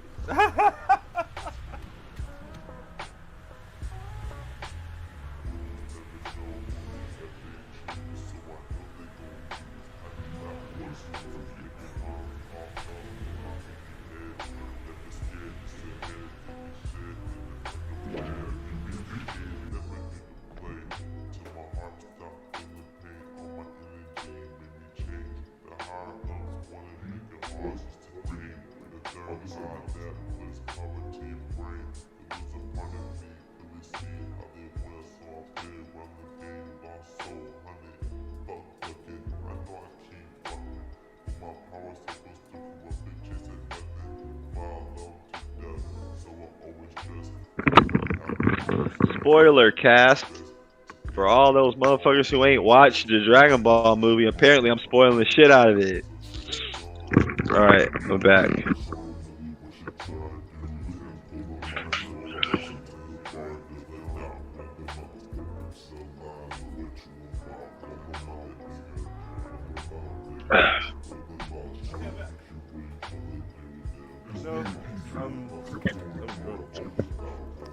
Kinda. Okay. All right. Whew. Yeah, I mean, yeah. You got like maybe 15 minutes until I need a refill. But damn, first one, I did not know the movie was out. Two, I did not realize. Movie out in Japan. Okay. Well, I didn't realize that the fucking. I didn't realize that. Pan was. I'm gonna get on YouTube ass. I'm gonna get on YouTube ass since I'm live on YouTube. Oh shit. I'm gonna get on their ass. They're gonna blacklist you, baby. Careful. It's cool, cause they fucked up. Cause you know where I watched the movie at? On YouTube. YouTube. Oh damn! Don't snitch, nigga. Damn. I wanna watch the movie. But I'm gonna be real. As I was watching it, they took it down. Like I'm watching it and it stopped loading. I'm like, what the fuck? And then I tried to reload the page, copyright claim. Okay. Then I reload the page again. Somebody else put another copy up. it was working. It was working. And YouTube can't stop it all. They can't stop it. No, the internet can't stop shit. So it's not on YouTube. I'm just poking fun because I can, I suppose. I'm very grateful to be able to do this shit. But at the same, you know. What? I'm sure I played them. I'm sure I play music the wrong way. They gonna take my shit down. It's all good. It's business. Business. That's why I haven't streamed until I get some. I told myself I wasn't gonna stream, and cause I could stream me playing Guilty Gear, but I didn't want to give away my style. Cause what if just God, irony. What if someone that is a popular or well-known or well-growing channel in any space just happens to see my content, it takes my fighting style or incorporates my fighting style into their channel, and that helps the channel below. That would be the fucking funnest match I would ever have fought in my life. No, but but they wouldn't have to fight me. They can just watch my content. Oh, I mean, yeah. I feel you. They copy your style and use it in tournaments and shit. No, use it as content alone. It's content. Oh, like replay your shit and make money off it? Yeah, because no.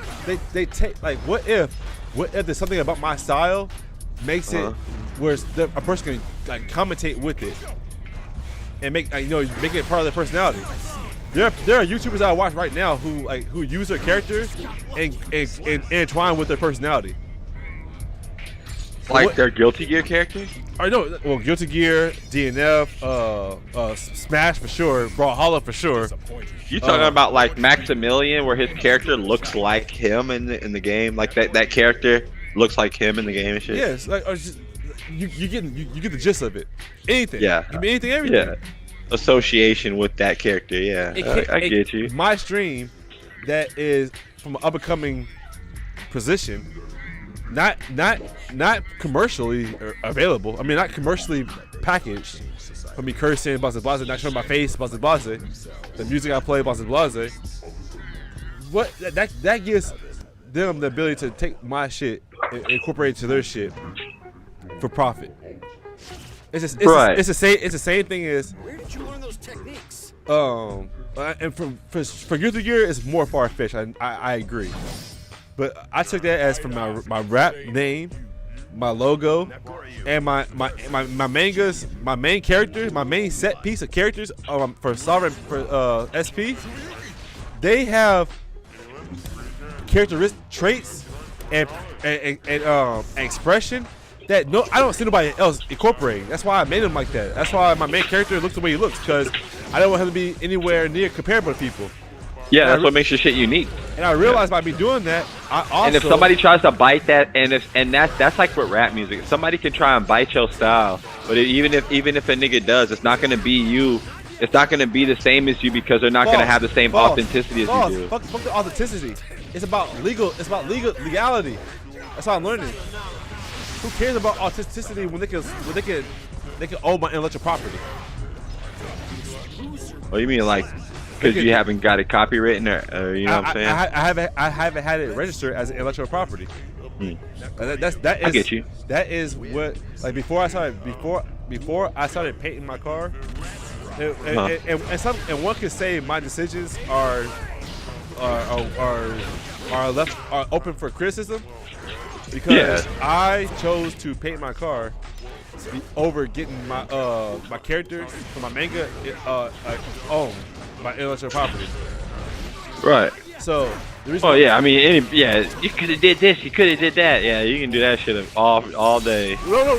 They can say that if I chose to continue risking their ownership. That's why I haven't streamed me doing anything with art, because I think that's my meal ticket.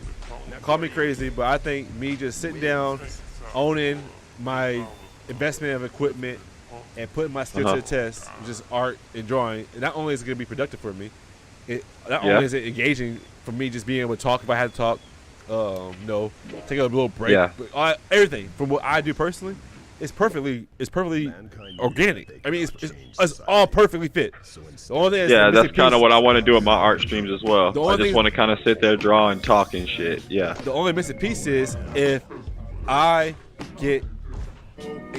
my exposure leads to my mimic, a mimic. I feel like you can't avoid that. You can't avoid that. No, it's true. But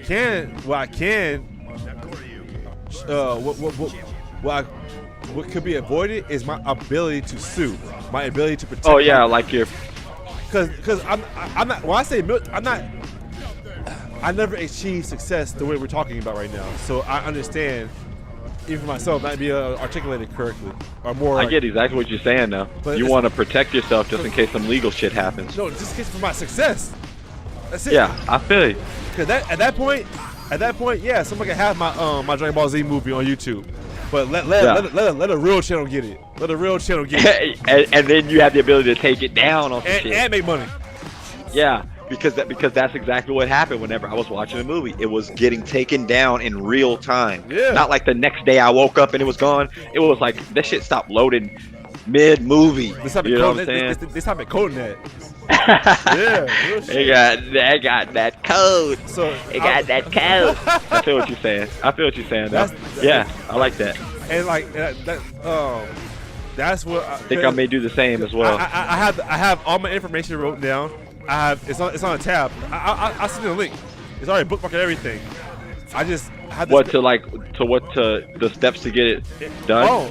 To own your intellectual property.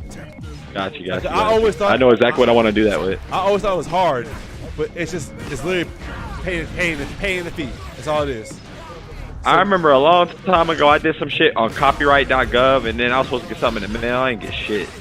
Yeah, follow up on that. You can easily follow up on that. I did that for Black Eden, to be honest. the only reason I still put on music, honestly, is because I own a P+ barcode. So why I don't own the intellectual property of that name? I own a barcode. I own a property of that name. That's intertwined with that name. But I learned. But I did that because I thought that was the only way that I could do it the cheap way. Once I learned that, if you own the intellectual property, oh my God, you own everything. Anything surrounding that property, you own. Right. And and now I know you can do that with names and logos. And that's and if I get my mega character as a logo, that's all I need, brother. Oh my God, I'm streaming every day. Oh, because you can use that as like your avatar in a sense. I can use that as my basis to actually tell my story without people biting my character artistic design. Yeah, because if they take the likeness or some shit, you can be like, fuck that. That's like the nigga who made Naruto or Ichigo from Bleach. They knew them niggas was gonna be them niggas, so they own the intellectual properties. That way, everything else is covered. You could. He owned Ichigo Kurosaki. Everyone has to come to you, no matter. That's why Berserk is in a weird standstill, because who owns the intellectual properties of Berserk? Whoever owns it dictates the next steps, and it's fair to say that Kishimoto owned his intellectual properties with Berserk, because no one's doing. It's about to be like that for Yu-Gi-Oh too, because that homeboy died. Oh yeah, you're sure right. Exactly. Yeah. Exactly. That and I got to that nigga died. Shit, they get up in the age. No, he died. That nigga died in snorkeling gear. He was out there trying to fucking live and doing snorkeling and shit. He fuck around, died doing that shit. I didn't know the legitimacy of his death. I thought he just died in old age. No, he died in snorkeling gear because he was in the river and shit. I'm sure he was doing some sort of. That's coming spirits. Some spirits got him. The spirits got him. Nigga, it's time. Nigga. Ominous. The Exodia.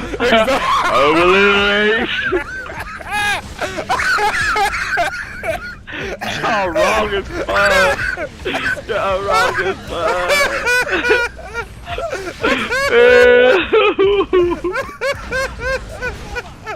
We're done.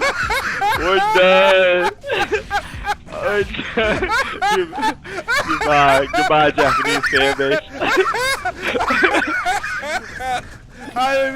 When we buy Yu-Gi-Oh cards, we flag, bro. I'll be like, hey, y'all the niggas who said that shit. Oh shit.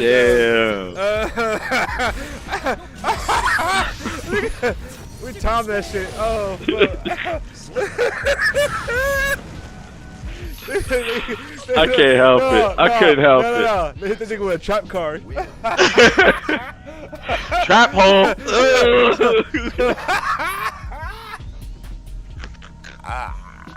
Got that nigga with a trap hole. 1500. No, dark hole. Yeah.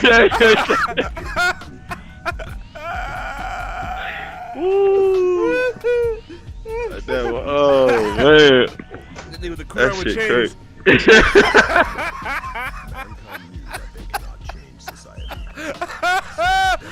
Got that mystical space typhoon. That boy got that snorkeling gear. Got that that MST. MST guy only had one in the deck. That boy found that bitch. That shit limited. Yeah. Band card. Yeah. Let me think about Josh. Yeah, you got that Yada.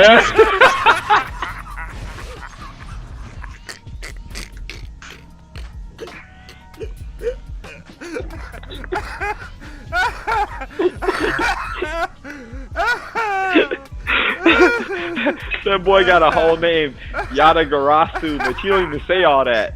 You just whip out the card, Yada. That's it. That's all you need to say. Nigga know what time it is. Can't draw. Yeah. Go back to the hand and shit. I'm gonna attack. Can't be attacked. What the fuck? Yada. What the fuck? Man, fuck this shit. Fuck you, Wanna play that nigga? Yeah. You go home, practice like a motherfucker, build your deck up, sprawl out cards and shit, have practice games with yourself and shit. You play, Josh. You got 20 minutes on the bus. You got 20 minutes. Make it count. Make it count. You got 2 games. You got 2 games. Oh, you're so right. First game, yada. Fuck, you locked out. You look out the window. You getting closer to the school. You like, fuck. This the first game. Yeah. But then you do the second game. You do the second game. He yada in the fuck out you. You just ain't got shit. You like fuck. But then it's like tied. Then you get to school and you can't finish the game. You like, fuck, I almost had that nigga. Right. I would have had that nigga whole day. I would have had that nigga. Then the ride home, same shit. Yada. Fuck. Hey, I remember that shit. Wait. Okay, wait. Weren't we getting whooped so bad by Josh we started making up our own cars? Yeah, that's what we used to take the cars and make our own, cut them and staple them, try and get niggas to play that shit. We said, fuck your rules. I can do it better. Every other game we had Yu Yu Hakusho cars, we had fuck around Magic the Gathering cars, made our own shit. Hell yeah, anything but that shit. They could not contain us in this motherfucking I remember fucking Komori Dragon was like the most badass card. That shit had 1600 attack. That wasn't shit. Oh my god. Yeah, man. I'm sorry. I don't know what to say to that. I don't know what to say. You own that one. I can't say shit. I remember them days like or playing that full what's his name? Fucking remember the Lebanese nigga? Remember that motherfucker? Nigga. George Nassif. What transition? That nigga. That nigga was hairy. That nigga was he was a hairy Lebanese kid. Shit, he was. He's the first kid you're like, oh shit, you grow hair on your legs. Me personally now, I grow hair on my legs, but not like that. When that nigga was like 12, 13, that boy had a full had a full mane. He had a Lebanese mane on his shit. Yeah, but I always used to play that nigga too on his saxophone fucking little box and shit on the bus. But I used to beat him. I used to beat that nigga ass. Wait, hold on. Please tell me you saw this. Please tell me you saw this video. What? This video I sent you. Oh, my phone is dead. What did you send it to me on? On Discord. I mean on Steam. On Steam. Please tell me you saw this video. Oh my god. Oh my god. That shit had me dying laughing for an hour. Oh my god. You gotta put it in the volume. Put it in the volume. Put the volume up. We all gonna hear it on the stream because all my audio is synced. It's short.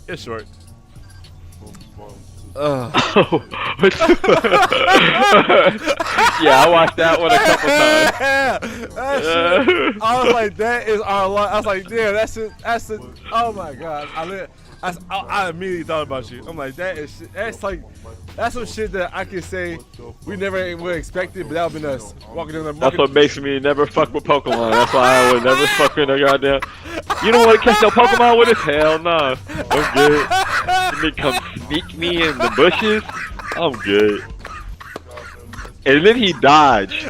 It'd be different if he just like ran. You know what I'm saying? It'd be different if he ran blindly at me and like I could throw shit and it would eventually just bombard him. Nope.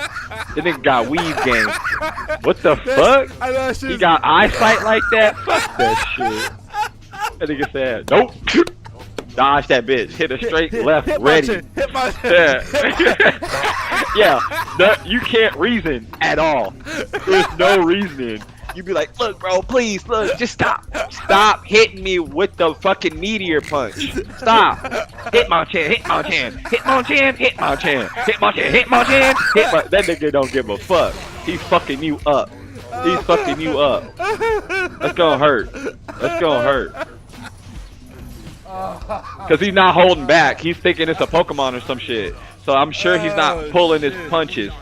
I'm sure when he does an ice punch, that shit hurts like a bitch. For real? Oh. And it's freezing you. Hell no. Oh my god. A trainer's gotta be trained in hand-to-hand combat. Motherfucker got, hey, you gotta be. Cause you may not have time to pull a Pokeball out, push the button, let it grow in your hands, and throw that bitch. You know, yo, yeah, yeah. Hell yeah. That motherfucker hit you with a quick attack.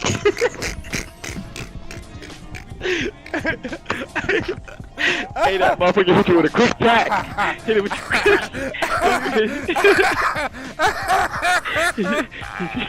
hit you with a quick attack. Critical. Woo! Critical damage. Quick attack. First attack. Oof. Yeah, it's super effective, nigga. It's gonna hurt. It's gonna hurt. They go hit you with a bolt tackle. Ooh, yeah. God damn. Okay, you get it. You get it. Yeah. I tried showing the wife. She did not get it. I'm like, oh, you're killing me. Oh, she was made me mad. I'm like, oh my god, shit is legendary. This fucking video. That nigga. Whoever that video is genius. That video is the best video I've seen. It's very realistic because it's like that's exactly. It makes your mind ponder. You're like, you know what? What the fuck? So you don't want to weaken this nigga first. just through the poker. Just threw the Pokeball at full HP. He escaped. No shit. No, he dodged that bitch. He weaved that bitch. Two-piece that bitch. Right, that nigga made me want a box. He made me want a box. Holy shit. That nigga weaved the fuck out of that ball. Oh, god damn. And with the Hitmonchan too. That shit. Oh, with the mask on, yeah. No, with the voice, with him saying it. Hitmonchan. Oh, yeah. I gotta watch him once.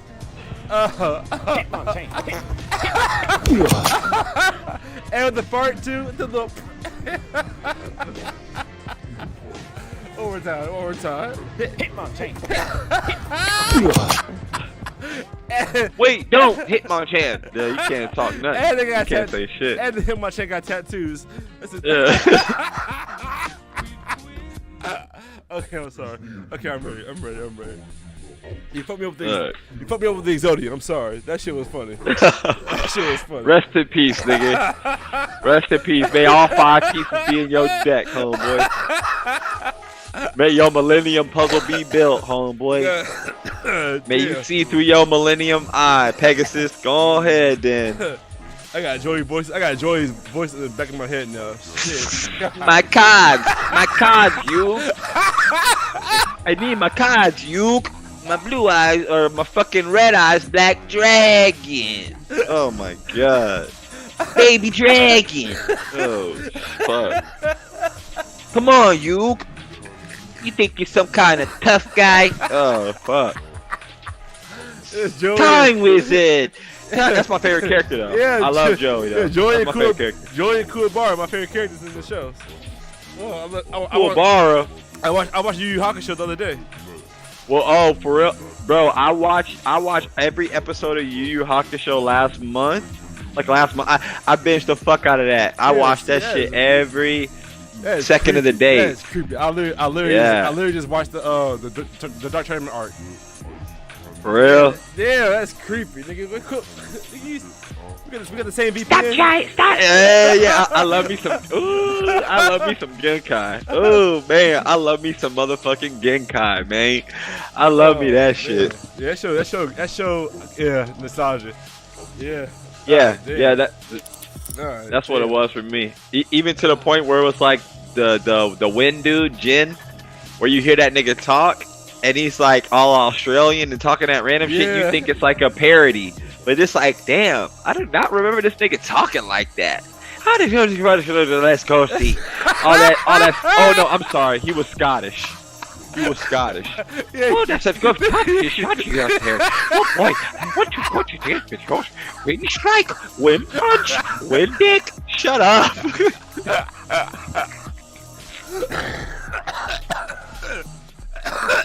Oh, Yusuke, that's a quick punch.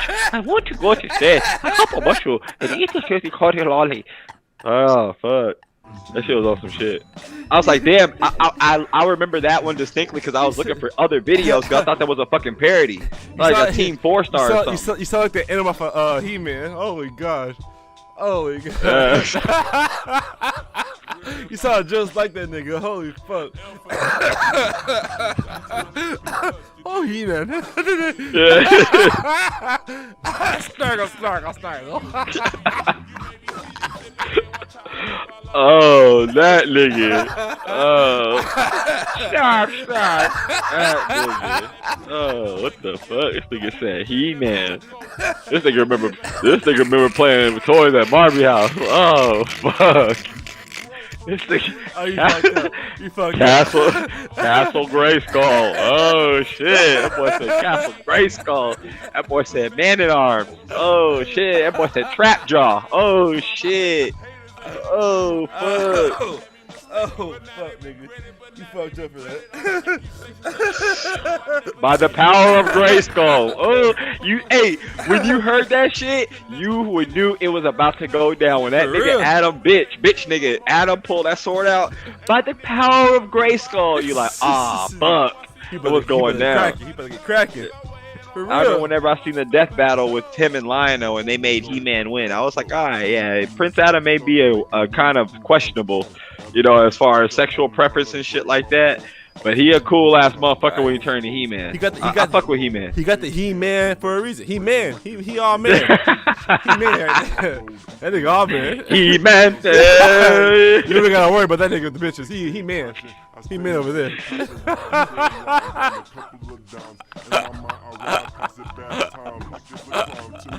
He got that bowl cut too. He got that haircut like Jerome. He got that fucking bowl cut when he Prince Adam. Oh no, even when he turned to He-Man, he still rocked that Dutch boy, that Dutch cut. Who the fuck is Jerome? I'm getting up here. Who the fuck is Jerome? Jerome, I can't disclose who personalities, personal shit like that. You gotta have to go into memory banks. Oh, fuck. Think about a Lebanese kid named Jerome. Jerome? Who the fuck is Jerome? Not Lebanese, right? I don't know. That's. Yeah, Lebanese. We already lost a whole continent of fans. Let's not lose another. Oh, not Lebanese. Lebanese. Filipino. God damn, that's not even close to the same. I know. Close to the same. I don't know why the fuck I'm thinking of Lebanon. Filipino. Excuse me. I'm on the wrong part of the map. Way. You in that. You in the ISS II captain. Alright, I gotta win now. God damn. That shit fucked my whole day up. You just chase that nigga home. Who the fuck you talking about? I love this part. This where he has this. You know what I'm talking about? I didn't talk about Stallone's name. What's that? Jerome, nigga. Wait, Jerome. Oh, the Batman. Oh, see. Oh, you got extra info, nigga. Don't spill no beat. Don't. Who the fuck is Jerome? Oh, Jerome, the nigga with the brown dude, right? Was he brown? Who the fuck is Jerome? Who the fuck is Jerome? Hey, I think, nah, you ain't just naming, nigga. You ain't just naming niggas. You naming skin tone. Yeah. We lost it. We lost another region on the map, y'all.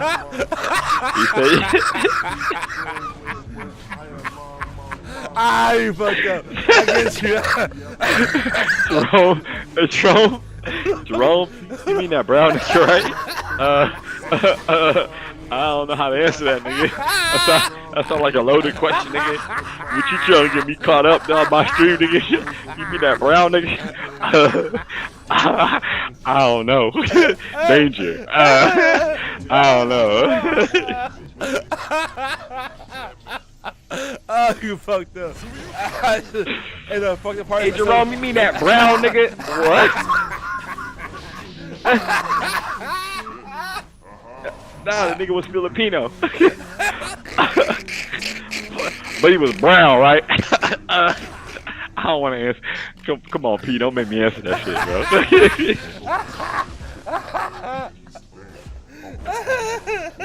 Who the fuck, Mr. Wrong? Nigga was brown, huh? Might as well pull out my map and X out the Central America, nigga. We out of there, nigga. Cartel, nigga, all that shit. Oh, we're brown, huh? I have a nigga named Jerome from motherfucking.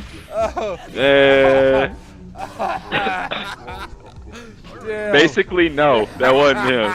He wasn't the brown nigga. No. I got that nigga. I got that. Fuck.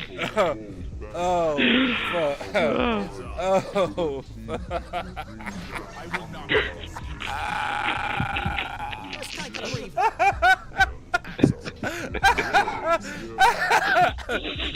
Alright, I gotta play. Oh shit. Oh shit. Yeah, you gotta think hard, bro, cause that shit you should know. I don't know. Funny enough, I chased so many niggas home. I don't know. Fuck you all. The fuck? Come here, nigga. Nigga trying to get home from school and shit. Mom calling him on his flip phone trying to find out where he at. Got a 6'1" nigga chasing him home. Fresh athletic off the basketball team, mad endurance, chasing him. The boy scared for his life. He gonna catch a charge.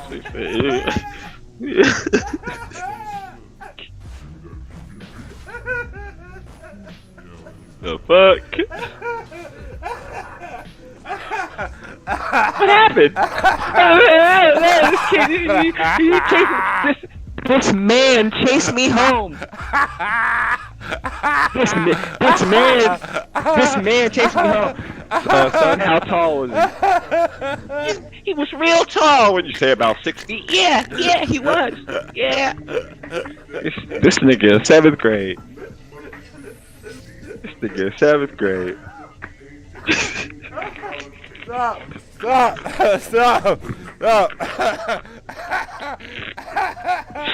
This nigga filed a police report. You say 6 foot, black male, brown male.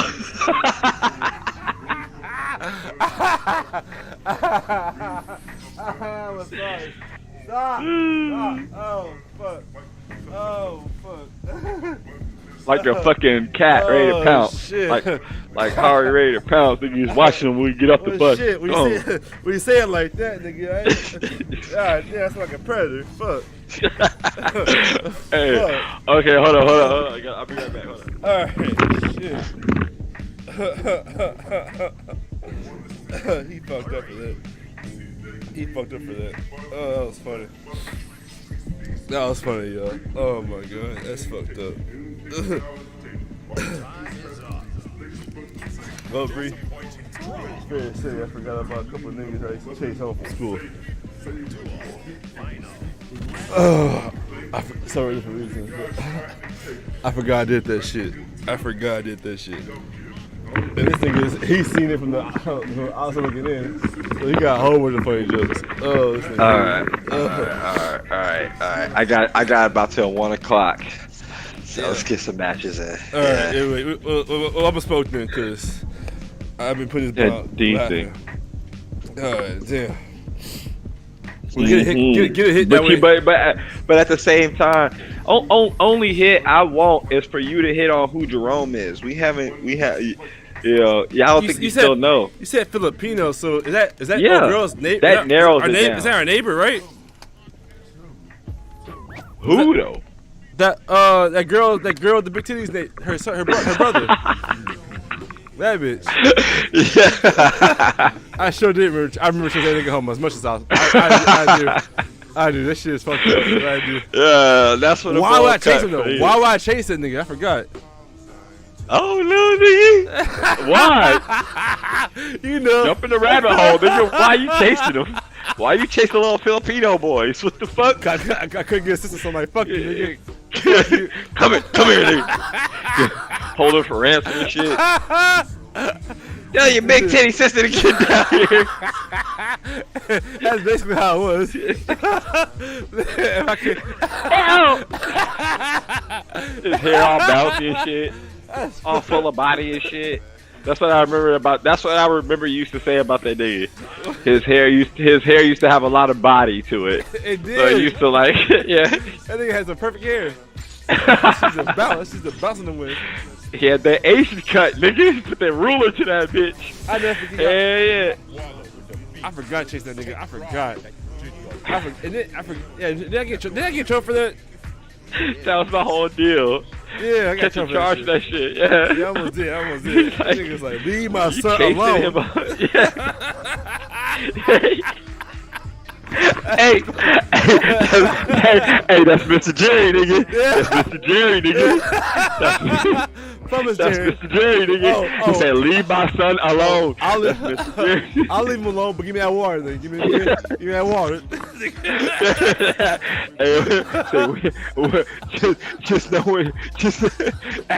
Just leave that water hooked up right when you go out of town, nigga, because we don't need that. I got my cooler cleaned out. We gonna be running a house hose. We gonna be running a house hose from your shit to over here.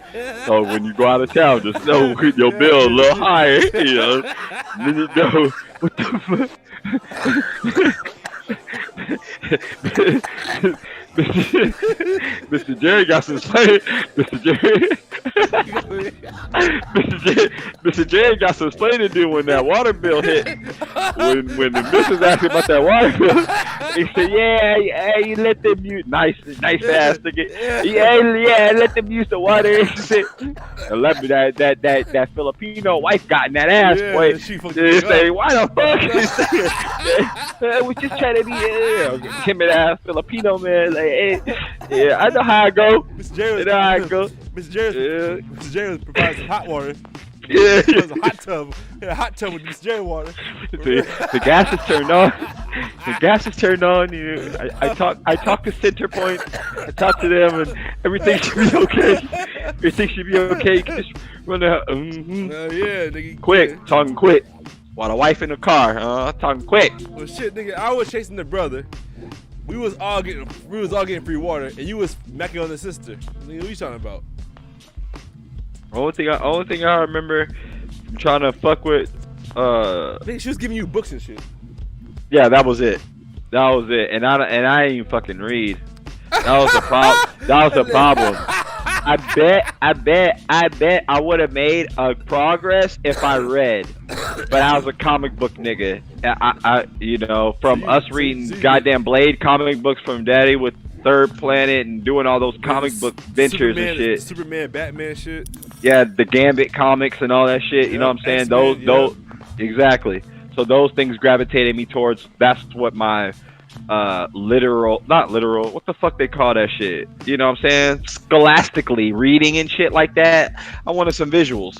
Reading. You're a visual learner. Yeah, exactly. And when she tried to give me the perks of being a wallflower, they made that a movie. Believe it or not, they made that shit a fucking movie. But yeah, she gave me that book. She's like, you gotta read in between the lines when you read it and all this shit. And I'm like, okay. She was trying to give you the message. That shit was about a kid getting raped and shit. Well, like their aunt or some shit. She was trying to give you a message, nigga. Hey, I tell you what the message was. She was trying to give you a message. My dad's out of town.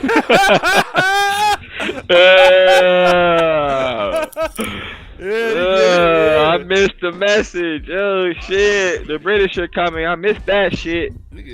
But at the same time, it taught me about that shit though. About how I fuck with books. It wasn't your flavor. I feel you. You was no. At that point, you had a hillbilly face. Tomball girls. Let me get. I want me a tomball girl. Let me fuck with Brittany. She's a tomball girl. Big titty tomball. Let me get it. Let me get a big titty tomball girl. Why are you trying to play it? We all went. Wait, I remember that distinctly. Let me go on a story time. I met this female named Brittany when I was like 14, and was it Brittany the sword? The girl, the police dad? Nah. That was bro. Oh, Nigga, don't know. I'm gonna get on your dog. Nah, I don't want to. I'm gonna get on your ass, nigga. Get on your ass, nigga. I'm gonna get on your ass.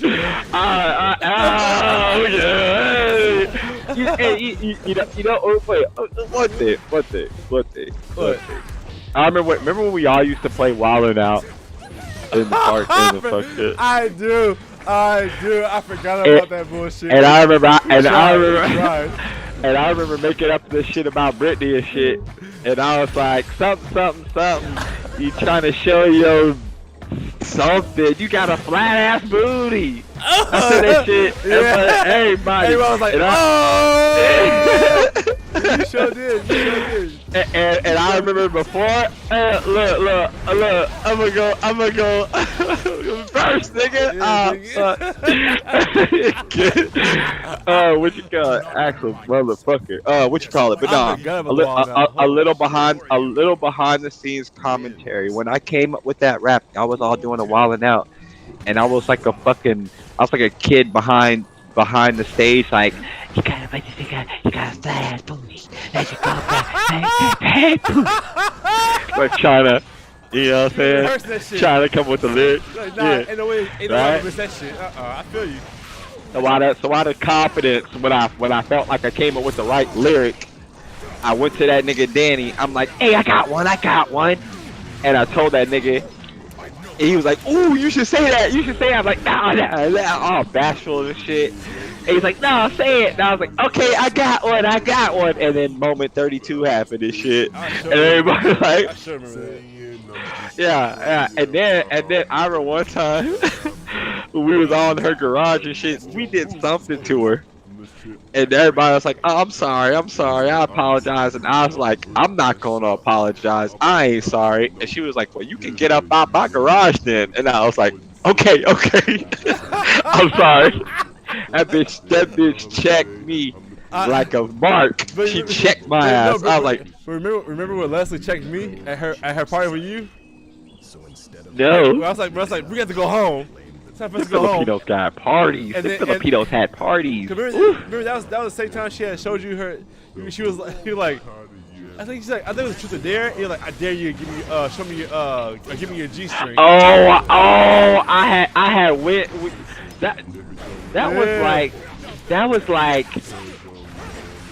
that was courage in youth. And you know who's bad? And I hate to get off topic, but this kind of on topic, all right?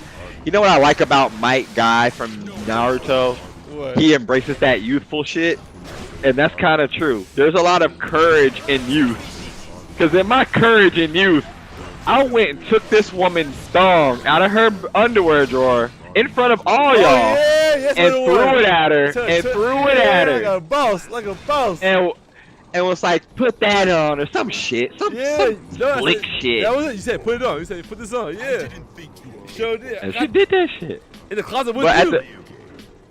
Yeah, I remember that distinctly. That was the first time I ate egg rolls and shit and ate with my hands and shit. I remember them days. I remember I was so jealous. I was like, we gotta leave. And then we're outside and I was pulling you. Remember her? It was her and I in a tucking battle with you. Yeah, I remember. She was like, he ain't going nowhere. I'm like, Marshall. He's like, yeah, went inside. Fellas, please. There's enough for the pimp to go around. Yeah. This pimp stretch far. You know. That was my favorite. That was courage in youth. That was my favorite get checked moment. I'm like, damn, this bitch checked me in front of my brother, and this nigga got, and an hour before he made this nigga go home and draw hood and shit. I'll show them with the power of my pen. With the power of my pen, I'll show those motherfuckers.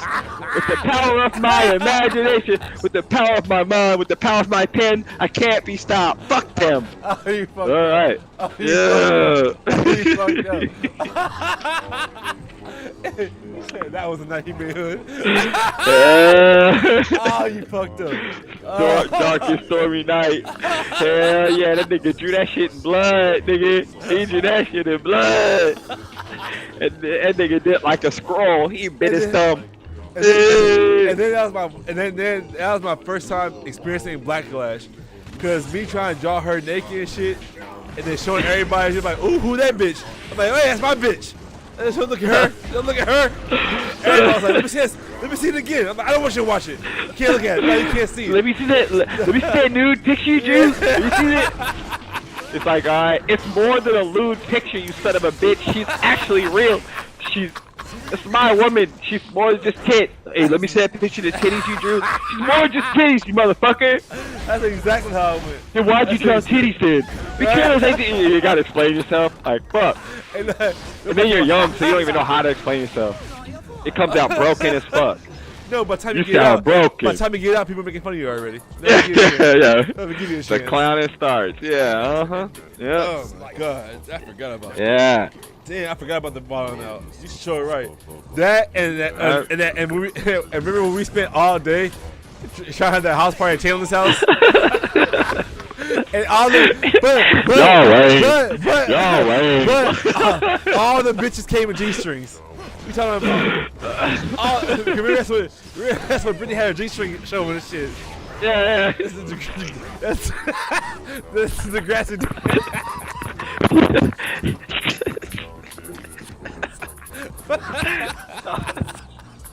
Tom ball tumble.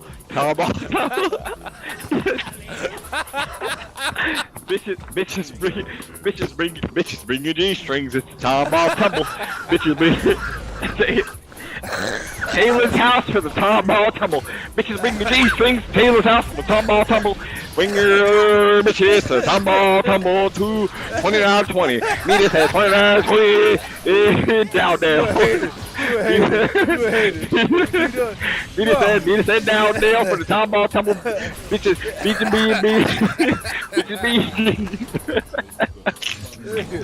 Nigga, come on now. You know how hard that shit was? I know, but that's courage in the youth, right? That's courage in the youth because y'all didn't give a fuck. If it took all day, if these bitches just coming in their G-strings, I want results. That's courage in youth. Love it. I love that shit. We don't do shit like that when we get older. Yeah, we do. We kind of. we do. Sometimes. I don't see shit like that. I try and be like that. I try and be like that versus what I see from the outside looking in. It's a rare occurrence that you meet like-minded individuals like that. Because you're like that yourself. You know what I'm saying? I'm sure you rarely see people who have that go for broad, like, you know what I'm saying? 110% type mentality. Okay. I'm not saying that. Yeah, that what you're saying is rare. And that does sometimes and majority of the time go with you. What I'm saying is that youthful courage. I don't think it's youthful courage, but you're right. I think it's the first time we utilize courage, and I feel that. And me utilize the courage and like in that way. And just I'm blessed that it turned out the way it was, even though it was corny and shit. Yeah, real talk. It made me hold on to that shit and never have a reason to be insecure. Yeah, because now you can use it as like guidance in the future or some shit. Right, I get you. Because I hear other people's like youthful courage in the similar sense is bullshit. It's nowhere near. Oh yeah. Nowhere near like their courage is like my 8-year-old courage. Right. Oh yeah, I feel that shit. Like when I tell people about even the shit that I've gone through in life, and they're like, "What the fuck, really?" And it's like, "What?" Yeah, I was like, I got through that shit knowing I was going to go through that shit and come out of it. Right. Motherfuckers find that unfathomable. I get you. I definitely get that shit. Yeah.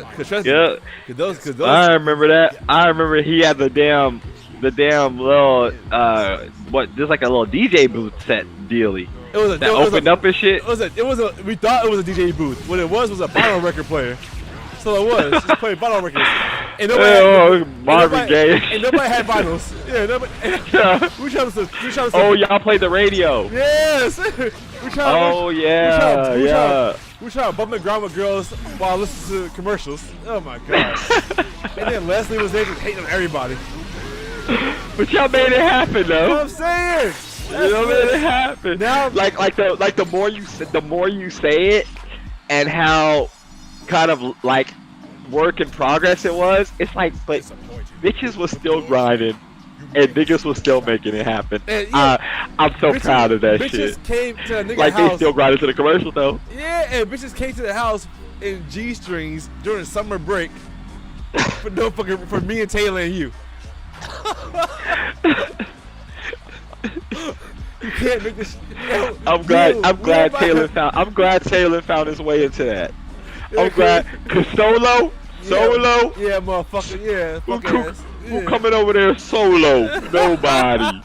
You needed helping hands. Yeah. You needed 2 wings on that. Wingman my ass, nigga. You needed a full fucking wingspan. You needed all that shit. You needed a crew. You needed a crew. Yeah, he needed a crew. You ain't no ninja, nigga. He ain't no ninja. No, what the fuck? He ain't playing Ninja Gaiden all day, but he was a ninja. He was the nigga who had the place and the environment and the leniency to make it happen without being met with any kind of like, oh fuck. You know what I'm saying? We had Jonathan, Emily, and an ass whooping if we did it wrong. That's too much risk. Yeah. Too much risk. Yeah, too much risk. We had till 5 o'clock. And then whenever I got older and learned where Tops was on Cypress Station, I'm like, oh damn, she got to the house quicker than a bitch. Like, oh shit. I'm like, damn, all you did was come up 45. Oh shit. Oh shit. Yeah, I'm like, damn. So the ass whooping was warranted. We didn't have a location. See, Yeah, that was it. It's shit like that makes me look at PJ and I'm like, oh my god, oh my god, oh my god, because. It's funny to see whenever kids try and get away with the shit that you tried to do, and you're like, "What the fuck?" It's like you think you slick or some shit. Well, I don't know, weird but no, to me. but see, the thing is, I don't. I tell this to Brie all the time. I don't know, because Not yet. Yeah, that's what I'm saying. I don't know. But I'm sure he'll get to the point where he'll try and do things to see what he can get away with and test your patience. That's the easy shit to you ask me. Think about all the shit that you've done that mommy and daddy don't know about. Exactly. And they never will. Yeah. That's the shit I worry about. That's the shit that makes me be like, fuck, I don't know. Well, yeah, I feel that. I need some cameras. I feel that. I'm trying to think though. It's easier to be honest to say all the fucked up shit you did as a kid to your parent when you're older. It's easier to be like, oh yeah, really, to be honest, whenever you were at work, you was outside smoking weed like a motherfucker. Well, God, it's easier to say that shit. Well, that's timing. For that one specific, that's timing. I can do that easier as an adult than it's like confessing as a fucking kid or something. Well, because you've never been in an environment where the scenarios fit in your favor. Like you probably have a certain criteria of shit that has to happen for you to feel comfortable saying it. To be honest, it's just like you can't do shit to me now about it. Yeah, it's like I'm an adult now. I'll tell you now. It's cool. You know kids that are in high school that smoke and their parents don't care. So yeah, of course, yeah. So I know somebody who do that shit now. Who like, if you, I'd rather you do it here than do it anywhere else. Because if something happens to you, at least you're with me. That's the shit I be hearing. Yeah, that's what they be saying. They on some grow room shit. They're like they on some other shit. You know that's different. That's different. At that point, they got a future employee. Yeah, you know what I'm saying? Grooming and shit, molding, shaping. One day you'll take like Simba. It ain't kill you. It ain't do shit. I know, but that's so good. It ain't do shit. I need to really go in a practice mode with this nigga. That's how I feel with Testament, but I'm not about the Testament. Oh, Testament is so situational, bro. Yeah. You don't have to practice with him. No, we can put. This is how I feel about him. To utilize his combo confirmed moves. Right. I gotta learn how to. I got muscle members. But it's hard with that nigga for me personally. Like even with Testament from the old Guilty Gear, because I used to play with him a lot. Because he was the only character I knew how to like do a combo and then jump mid combo and keep that bitch going and shit. Oh shit. But he used to have like the little trap, the little web, but he don't have that shit no more. But he plays the exact same. It's like you don't really need to practice with him like you would a chip, to where you need to get combo strings and shit like that together. All you really need to do is just know what to do, when to do it, because he's very situational. So if like your character, if your opponent jumps, that's where you lock that nigga out with some sort of move. I don't really know that part, but you know what I'm saying? Or I see what you're saying. ain't no. All you need to know is his move list. That you need to know his move list like the back of your hand. And his frame. So no matter, so no matter what happens, you know what to do. I'm gonna throw a dragon here. I'm gonna throw a special here. I'm gonna throw a bird here. I'm gonna throw it here. You know what I'm saying? You know, you don't need to combo with him. Bird, all you need. It's a sucky. Yeah, because he could throw the bird. You know what I mean? Well, it's a bitch this time. It's a. I'm calling I get what you mean. That comes from my ignorance of the character. I don't really know Testament's character like that from this game. I honestly hopped on here and all the DLC was on here. I didn't spend a dime. I'm like, thank God. I'm like, cool. Because I didn't want to have. So you did that. You must have already bought season 1. Possibly. Oh, when I bought the game in the first place. Yeah. Oh, okay. All right, so that investment paid off. Hell yeah. Because I was like, cool, because I got to practice against Gold Dick Lewis and all them motherfuckers and all that, and see how happy Chaos was and kind of catch up. You know what I'm saying? Ooh, that was cool. Yeah, but at the same time, when a year of it. It's like but I'm glad that I did, because everything changed.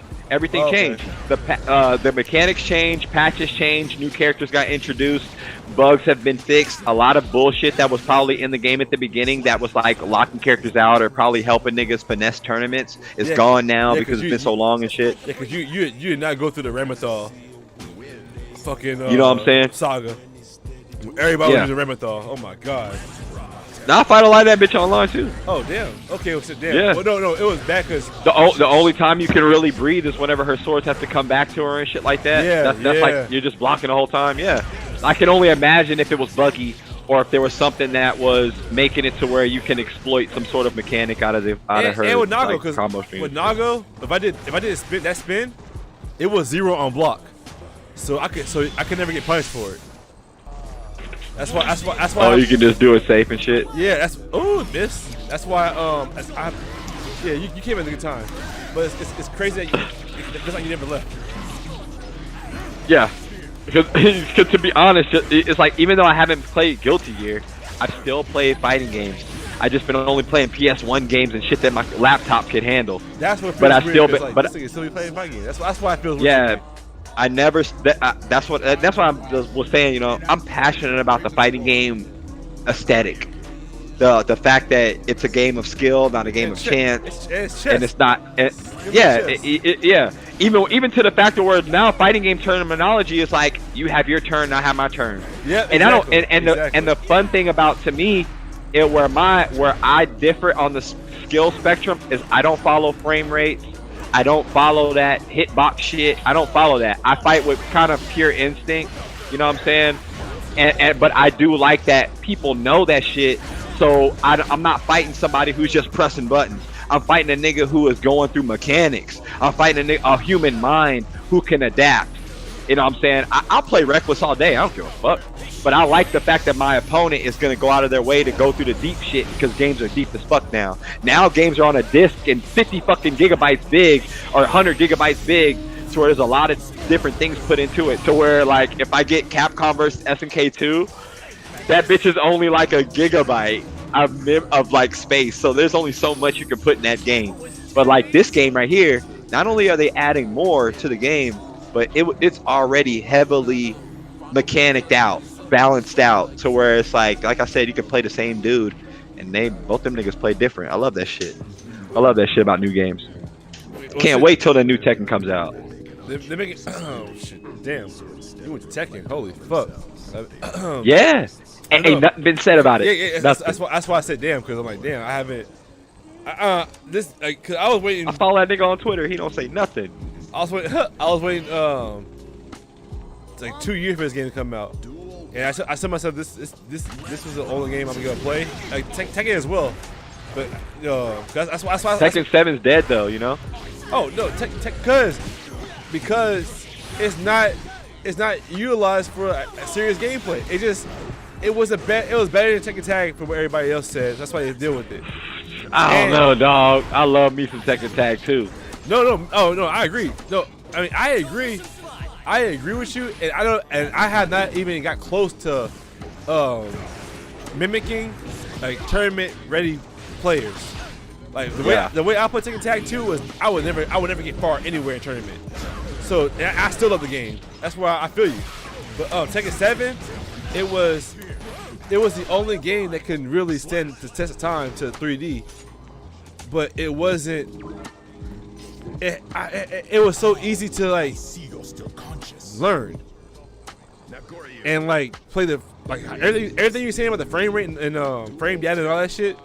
Like Tekken Tag, to me, if you ask me, Tekken Tag destroyed all that. Just by the limitless possibilities.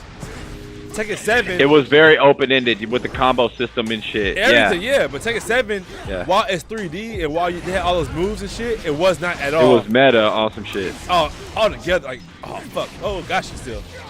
You know how many Devil Jins and fucking goddamn. Yeah. Devil Jin mainly because that's the only one that first one come to mind. So I don't want to try and just throw a character out there.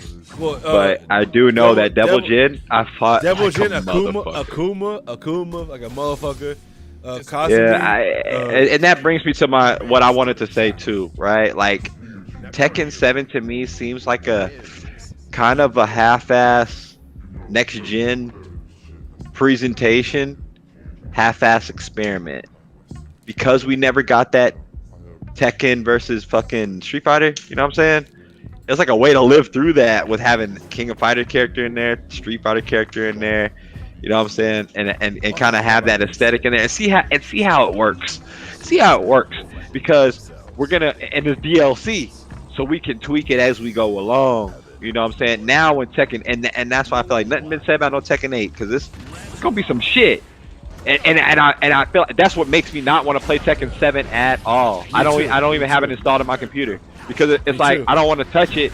I only want to play games that I know are here. I don't play Street Fighter. Like, bro, I'll watch my Olympic video, my video for when I did the Olympics for Street Fighter 5, where I literally had to lie to my job, tell them I was going to do some family shit, to go run home to do the Street Fighter tournament. That's when I was on that shit. But that's when Street Fighter was alive. It's dead now, so there's no point in playing it. Same thing with Tekken. Well, shit, if you ask me, well, Street Fighter 5 died when Dragon Ball Z Fighter came out. Well, I mean, like to where if you were going to practice and train for future events, your future investment should be put into Street Fighter 5 because it's going to be there for like the next year or two. It's not. Street Fighter 6 is going to be. So you're better off storing your energy up for Street Fighter 6 instead of burning yourself out trying to play a dead game just because you want to play Street Fighter 6. You're approaching it it sounds like you're approaching it like a content creator and not like a enthusiast, which is okay. I'm just saying. Because okay, I feel you on that. Yeah, because doesn't matter the game, you know, all that bullshit. Let me tell you real shit. Real nigga talk. I'm not enthusiastic about Street Fighter 5. I didn't like the game because, man, Street Fighter 5 is fucking cool. No, I like Street Fighter 5 because it was the latest it was the latest competitive Street Fighter game that was currently getting access. It had the clout. So it was like you could join tournaments and shit like that, and it was newly developed and it was staying with the Street Fighter moniker. Now the game that is timeless for me would be Street Fighter 3 and Capcom versus SNK 2. That's a game where it's like I get a new computer, I'm getting them games no matter what. Like when I got this computer I got now, I literally went on Cool ROMs, got that bitch. I didn't even play it yet. I just got it. You know what I'm saying? But at the same time, that game is timeless. Street Fighter 5 ain't timeless to me. So if it's dead, I'm gonna wait till the next one comes out, because if I like it and I want to play it competitively, I will. Because I like Street Fighter as a property. I like what they do as far as mechanics. I like what they do as far as gameplay and what they do as far as story. All that shit. You know what I'm saying? Nostalgia. All that bullshit. See, that's why I realized, so if they make a new game, I fuck with it. See, that's why I realized when you asked me, I realized that maybe I have Stockholm syndrome with Street Fighter. It was the only thing I had that was available. And, it's the only thing that helped me experience fighting games. But yeah, me playing this game, it's like I can't see myself ever going back to Street Fighter, especially like that Street Fighter 6 trailer did not impress me at all. And you can see yourself going back to Street Fighter, but not Street Fighter 6 because you go to the Washateria and play Capcom versus SNK 2000. But I'm so not, you still play the mechanics. I'm not. You know? Oh no. I mean to like invest. Like, I feel you. My coins have been reserved for Arc System in this game specifically, because this game, even on the spirit of everything Guilty Gear, it stands. Like Third Strike has its inability to have proper update, like patch notes. Besides like the first three, because the first three, the Street Fighter 3 and Second Impact and Third Strike, all they are, those are just patch notes. Yeah. I was not looking at the hell. So you're talking about where they made Street Fighter 3, then Street Fighter 3 Second Impact, and Street Fighter. Yeah, because they couldn't update the game, they had to make a whole new fucking disc. Exactly. Way to make money, Capcom. Good shit. And oh sorry, I didn't even ready. And knowing that Third Strike revamped with patch note ability, I would play that because what made Third Strike beat the odds of like tiers and shit like that was a parry system. There's no such thing. Yeah. There's no such thing as a tier list per se when every character can parry. No other Street Fighter game has that neutrality like this game has neutrality with RCs. The RC is basically a parry system if you know how to use it right. It's everything that makes your character like everyone else while having to be while having to have the same commands and the same characteristics and traits and shit. What am I doing? I'm handing shit over. Yeah. No, so seeing Street Fighter 6 is like all this trigger and all these. There's too many gauges. I feel like much information. It's too much information. When it's like, I get it. Fighting games is chess, but goddamn, why is Street Fighter going to the route of having 4 chessboards on the play at the same time? Because I personally don't feel myself playing the newest Street Fighter. Me neither. It's gotta fuck around and impress me. Like before, because what I've seen so far doesn't impress me. It kind of makes me feel a little bit uncomfortable playing. Yeah, right. Disgusted. I feel disgusted. I don't feel comfortable playing it because I don't feel like I'm going to have fun playing it as fun as I have watching the shit. I could watch the Street Fighter 6 match, like that was cool, but I don't want to pick up a controller and control that fight.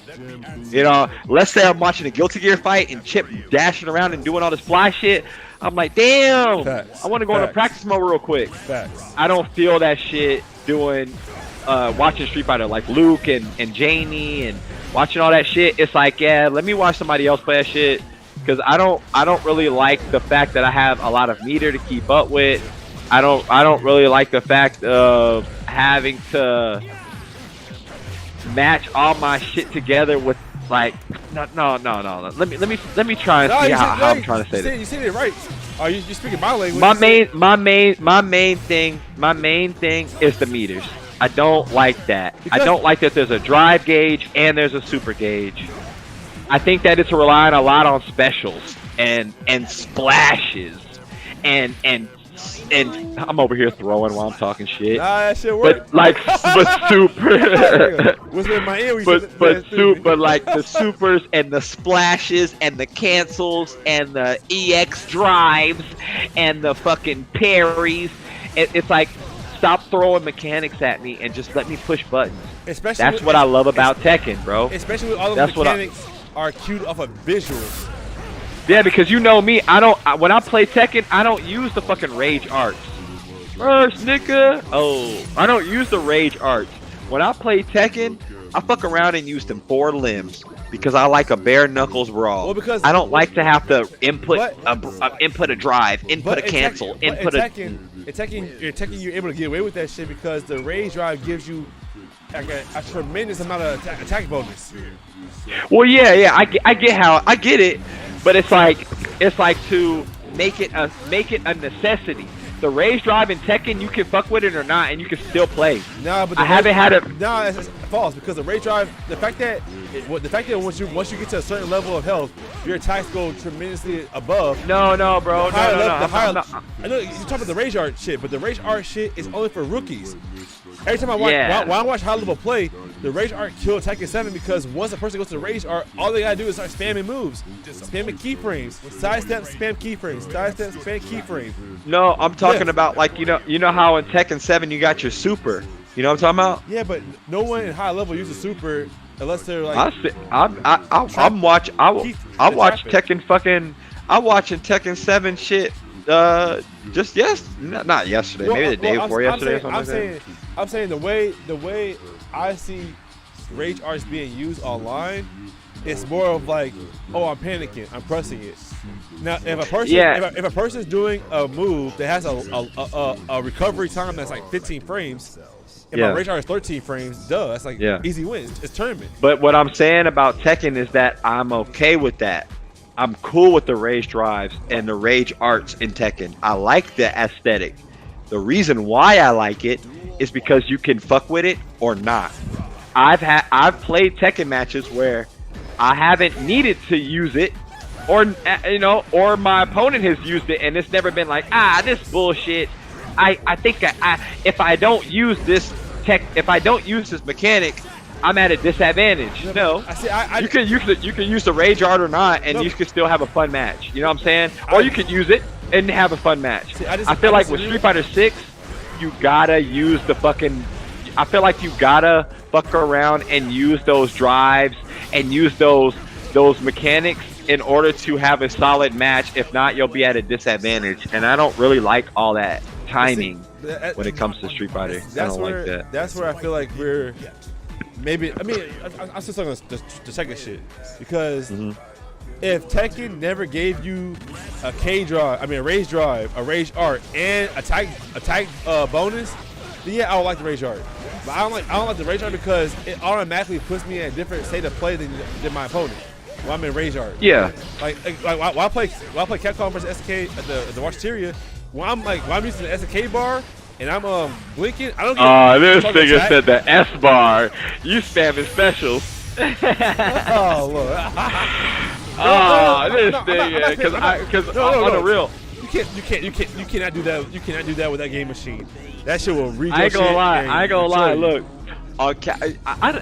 And this it's because whenever you go to the Watcheteria, they have Capcom versus SNK. But on Capcom versus SNK 2, you know that. Man, that's the fucking bee's knees. Do they got Rock in that one, or no? No, they don't. No, they can. Do they got Haomaru in there? Yeah. Yeah. With the sword. Yeah. Wait, no, they don't. No, they don't. Do they got Kyosuke from Rival Schools with the white, with the glasses? No. Kyosuke, cross kata. That's only for the second one. Yeah. That's my shit.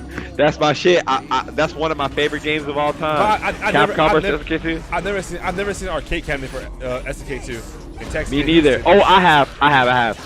When I went.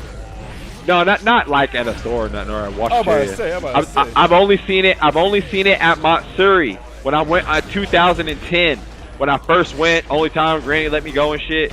And one of the sides didn't work of the shit, you know what I'm saying? But that was whenever I was real good at the game.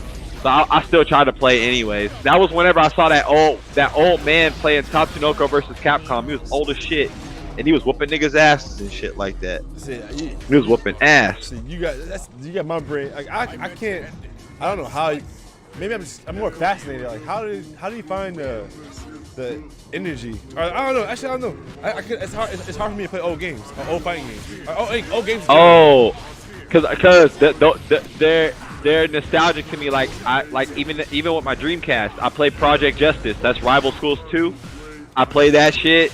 I've unlocked the characters on that game like 10 times, but it's just fun because it's like my guilty pleasure. Okay. The game is broke. The game is broken. You can exploit the game. You can do like finessed out. Okay, look. Let me get real, dog. God damn it. Let me adjust my headphones. When I play this, I have to deal with updates. Okay, when I play with, well, because the game is gonna update automatically. So What, let's say I find it. Rival School? No. Guilty Gear. Oh, Guilty Gear. Gotcha. I have to deal with current. No. I have to deal with Changes. You have to adapt. well, yeah. It evolves. You have to adapt with the evolution of the game. Yes, and if something is a certain way in the game, I have to adapt when it changes. And it's always, I always have to adapt and shit like that. And sometimes when you play an old game, you can kind of, yeah, and you can escape some real talk. Let me be a real ass nigga. Where my pipe at? Let me be a real ass nigga. Sometimes real. Sometimes when I play Capcom versus SNK 2, to this day, I'll take my first controller and I'll take my second controller and I'll go on 2-player mode. And when I go on 2-player mode, I'll make like it's an RPG, and I'll make Ryu do a Hadouken, and that's his attack. And I'll make Rock do a Reppuken, and I'll do his attack. And I'll do that shit because I know the mechanics don't change. So I know how much attack it's gonna take off. I know whatever. So I act like, oh, he gets 2 attacks and it does this amount of damage, or he does a special, or do the S drive. Yeah. So when the character's almost dead, I can do the specials like a motherfucker, you know what I'm saying? Or charge up and do an ultimate special, you know what I'm saying? All that shit. You know, and same thing with Rival Schools. Rival Schools is so piano, it's like I'm Beethoven. It's like you fuck around and just push X, Y, B, A, and R1, Hadouken, and you do a special, and you do your move, and it's like, man, I feel like a god. And it's like, that mechanic don't change. And it's like always like that. So sometimes you can escape in your mind, and it's like you're watching an anime, or it's like you're watching a TV show. And it brings me back to IPC when I was watching them Tekken game like matches, and I was high as shit, and I was just starting to smoke and shit, and it'd be like I'm blowing, and I'm watching I'm watching Nee playing fucking Tekken matches and Tekken 6 and shit, and I'm going home and Granny letting us use the Wi-Fi, and I'm playing Soul Calibur and Tekken, and I'm like, I want to be like that, you know what I'm saying? And it brought me to where I'm at now. Yeah. See, I feel you, cause that's the same kind of hype I give watching live tournament matches. Yeah. Like focusing on cause I like when they do the tournaments, watching the people fighting or playing, unless I'm in the mood to see it. But I mean, yeah, sometimes when they show the combatants, right? But then cut away to the match. Yeah, spectate. Yeah. So like when I watch that, I literally feel like sometimes I'm gonna watch the anime. Nigga, what? I be feel like I'm watching the John Woo film and shit. I'm like, why? Because these are the top of the top tiers. Yeah, do what they expert matches. Do what they with the game that you're not supposed to know how to do, basically. And that's what brings me to like where I say it don't matter if I win or lose. I'm going in to win. I'm gonna play my best. But if I'm vested, and if I'm outclassed, I would love to watch that replay so I can see where I fucked up. You know, so I can do kind of like a like kind of how Daddy did you whenever you were playing football, type that shit. You know, if he wasn't so. If he did it a different way, it would have been more beneficial than it was. But at the same time, it was like that's a good ass tactic. What do you mean? Show that nigga. That was the best tactic because it let me see that I wasn't. Shit, how I got that? It let me see that I wasn't as cool as I thought I was because these are the rooms for improvement that I was seeing while he was showing me were there. Yeah, that's how I feel about watching my matches. Like even of this, like when I did my test stream, and I went and watched it because it was only 15 minutes, and I watched that shit. I was like, ooh, that was a little iffy. But then I did some badass shit, and I was able to highlight it in the comments or like my description or whatever. Mm-hmm. So it was like cool, and it kind of taught me. It's like, all right, nigga, you over here dropping shit while you feel comfortable behind the wheel. Now you're on the outside looking in. Now you kind of see how it was like, you know what I'm saying? That's exactly how that shit be. Oh shit. Oh shit.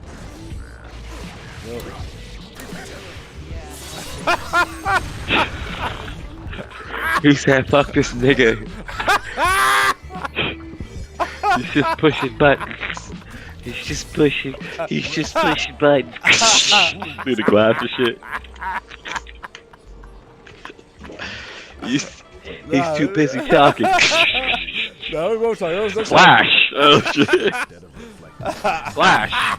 Counter. Oh shit. Left press. He's bullshit. Left. Counter. Left presses buttons. Half health and shit.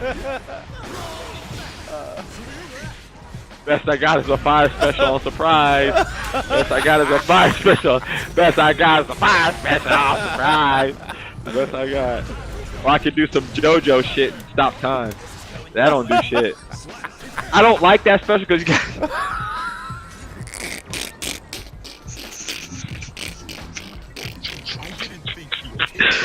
Who the nigga says? He prayed for me. But what you call it? I don't like that especially because you gotta do it twice. And you have to be on neutral in order for me to stop time. If you're in mid attack, it don't even stop time. It's just dumb as fuck. But it only costs 1 bar, so that's cool. But Jotaro, whoop your ass, boy. I can't dash. What you talking about? Oh yeah. Oh, alright. Got him. You don't gotta dash, but you can show a jab. That boy slapped me twice, bitch. Oh, sorry, got long hair. I thought you was a bitch. Sorry you had a bandana on your head. I thought you was a bitch. Special.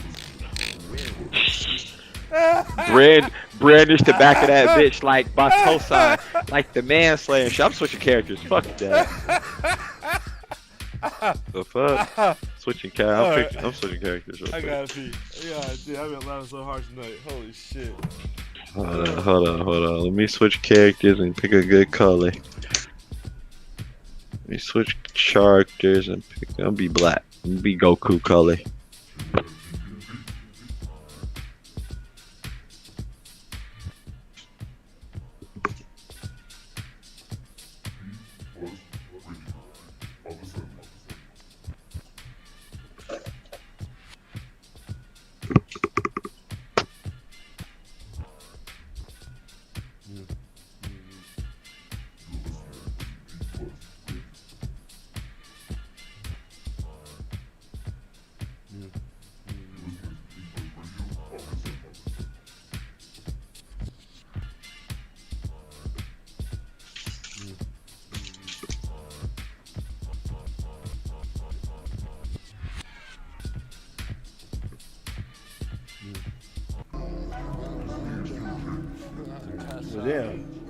But damn. All right.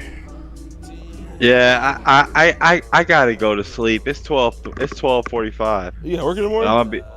Yep. Oh Lord, damn. I gotta go in at 7. I ain't tripping. It's the last day. I don't really trip. When it's the last day, I don't give a fuck because it's like, yo, I'll be tired as fuck. I'll damn near fall asleep on my feet, bitch. But the time is still rolling. So at least and what helps me get through that shit is like I'm not gonna be here 24 hours. I'm only at this bitch for X amount of time. So it's Friday tomorrow. It's cool. Should be easy as shit. But do what you got. Do what's best for the growth of the Sweet Sticky Rice Foundation. Because I don't. I can't relate. But I definitely knock that shit out. Yeah, and I get 2 days of bliss, and now everything's good as far as stream wise. That's what I did last weekend, was making all this shit work. Then I fucked it up and had to redo it again. So now OBS is working. The stream is working, microphone is working. I got to spend money on that. This internet is holding up, so T-Mobile gets a shout out. Cobra gets a shout out. Thank you, Cobra Malt Liquor, for sponsoring this event. I'm on Love Street, so shout out to Love Street. You know what I'm saying? Shout out to Game. It's not a game, it's not a game. Shout out to Swisher Sweet Coastal Cocktail. Oh, God, they hosted the whole shout out. They hosted this one. Follow us, attention Swisher fans. Yeah, Coastal Cocktail. I went out of my way to embarrassingly ask for this one at the counter. Usually I go to the counter and I just ask for, can I just get a Swisher regular or something? Because I'm on the move. I'm on the move. I'm a motherfucker who, yeah, exactly. Moving and grooving, moving and shaking. I gotta make sure I gotta make sure I hit the bell for your shit. I gotta help your algorithm out. I'm gonna hit the like. Yeah. I'm gonna hit the like. Get your like button for the algorithm. All right, hit the bell. I got the bell set. Quit. Cause shoot, I will never aim to get monetized. I don't want to ever get monetized. But I will definitely. What you mean monetized? What like where you make money off of ads, right? Yeah, the YouTube shit. No, cause I will get my channel deleted. My channel will be deleted immediately. I don't want to fuck with none of that either. Because I'm choosing to make the direction. Game, Switcher Sweet, Love Street, Carbot, Cobra, shit, nigga sponsor. Oh, what, you drinking an alligator or what? I'm drinking the Love Street Carbot, Love Street. Oh, I fuck with the Carbot, the little alligator. I learned about that shit when I was in San Antonio. Cause you your father's son. Cause that's that nigga fuck with them IPAs and shit. Yeah, he IPA. Yeah, IPA, craft beers. Go to the crafting table and make me a beer. Oh, this nigga is Skyrim making beers. Oh shit, crafting beers, using materials to make beers. Oh shit, this nigga killing dragons to make beers and shit. Oh shit, it's about to go down. You definitely gonna feel that shit in your throat because IPAs are strong. God damn. I know. That shit be hitting though. Well, shit. But that's a good buy though. Well, shit. Hold on. Well, fuck. Well, shit. You gonna be on tomorrow then? If anything, I'll ask for the invite or I'll sit the request to be on.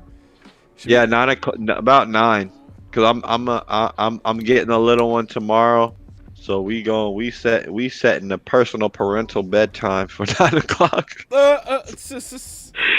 No questions asked. Fuck that. Funny enough, my son. We'll show mad love till 9 o'clock. Funny enough, my son was here. He was here and there every once in a while, but he ain't here no more. So he must be in the bed. Good. Shit, good. Shit, go ahead. Go put yourself in the bed. I'm gonna go to sleep. Yeah, all right, brother. I'll see you tomorrow then. All right. Peace. Love you. Love you too. See you later. Yes, sir. All right. Bet, yo, that was, blessings, y'all, blessings. You gotta love what you do in life. You gotta love it. Oh my God, love it. Oh my God, love it. We're here, y'all.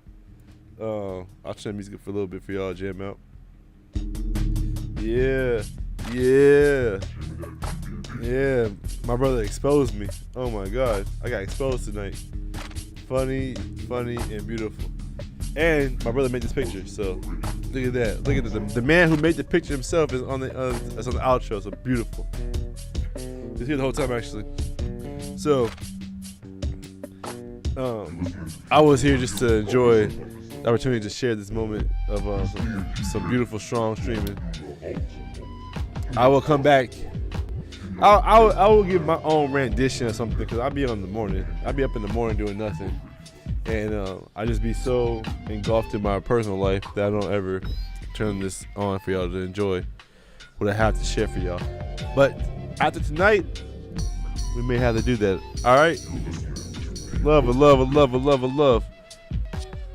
Hope y'all enjoy it.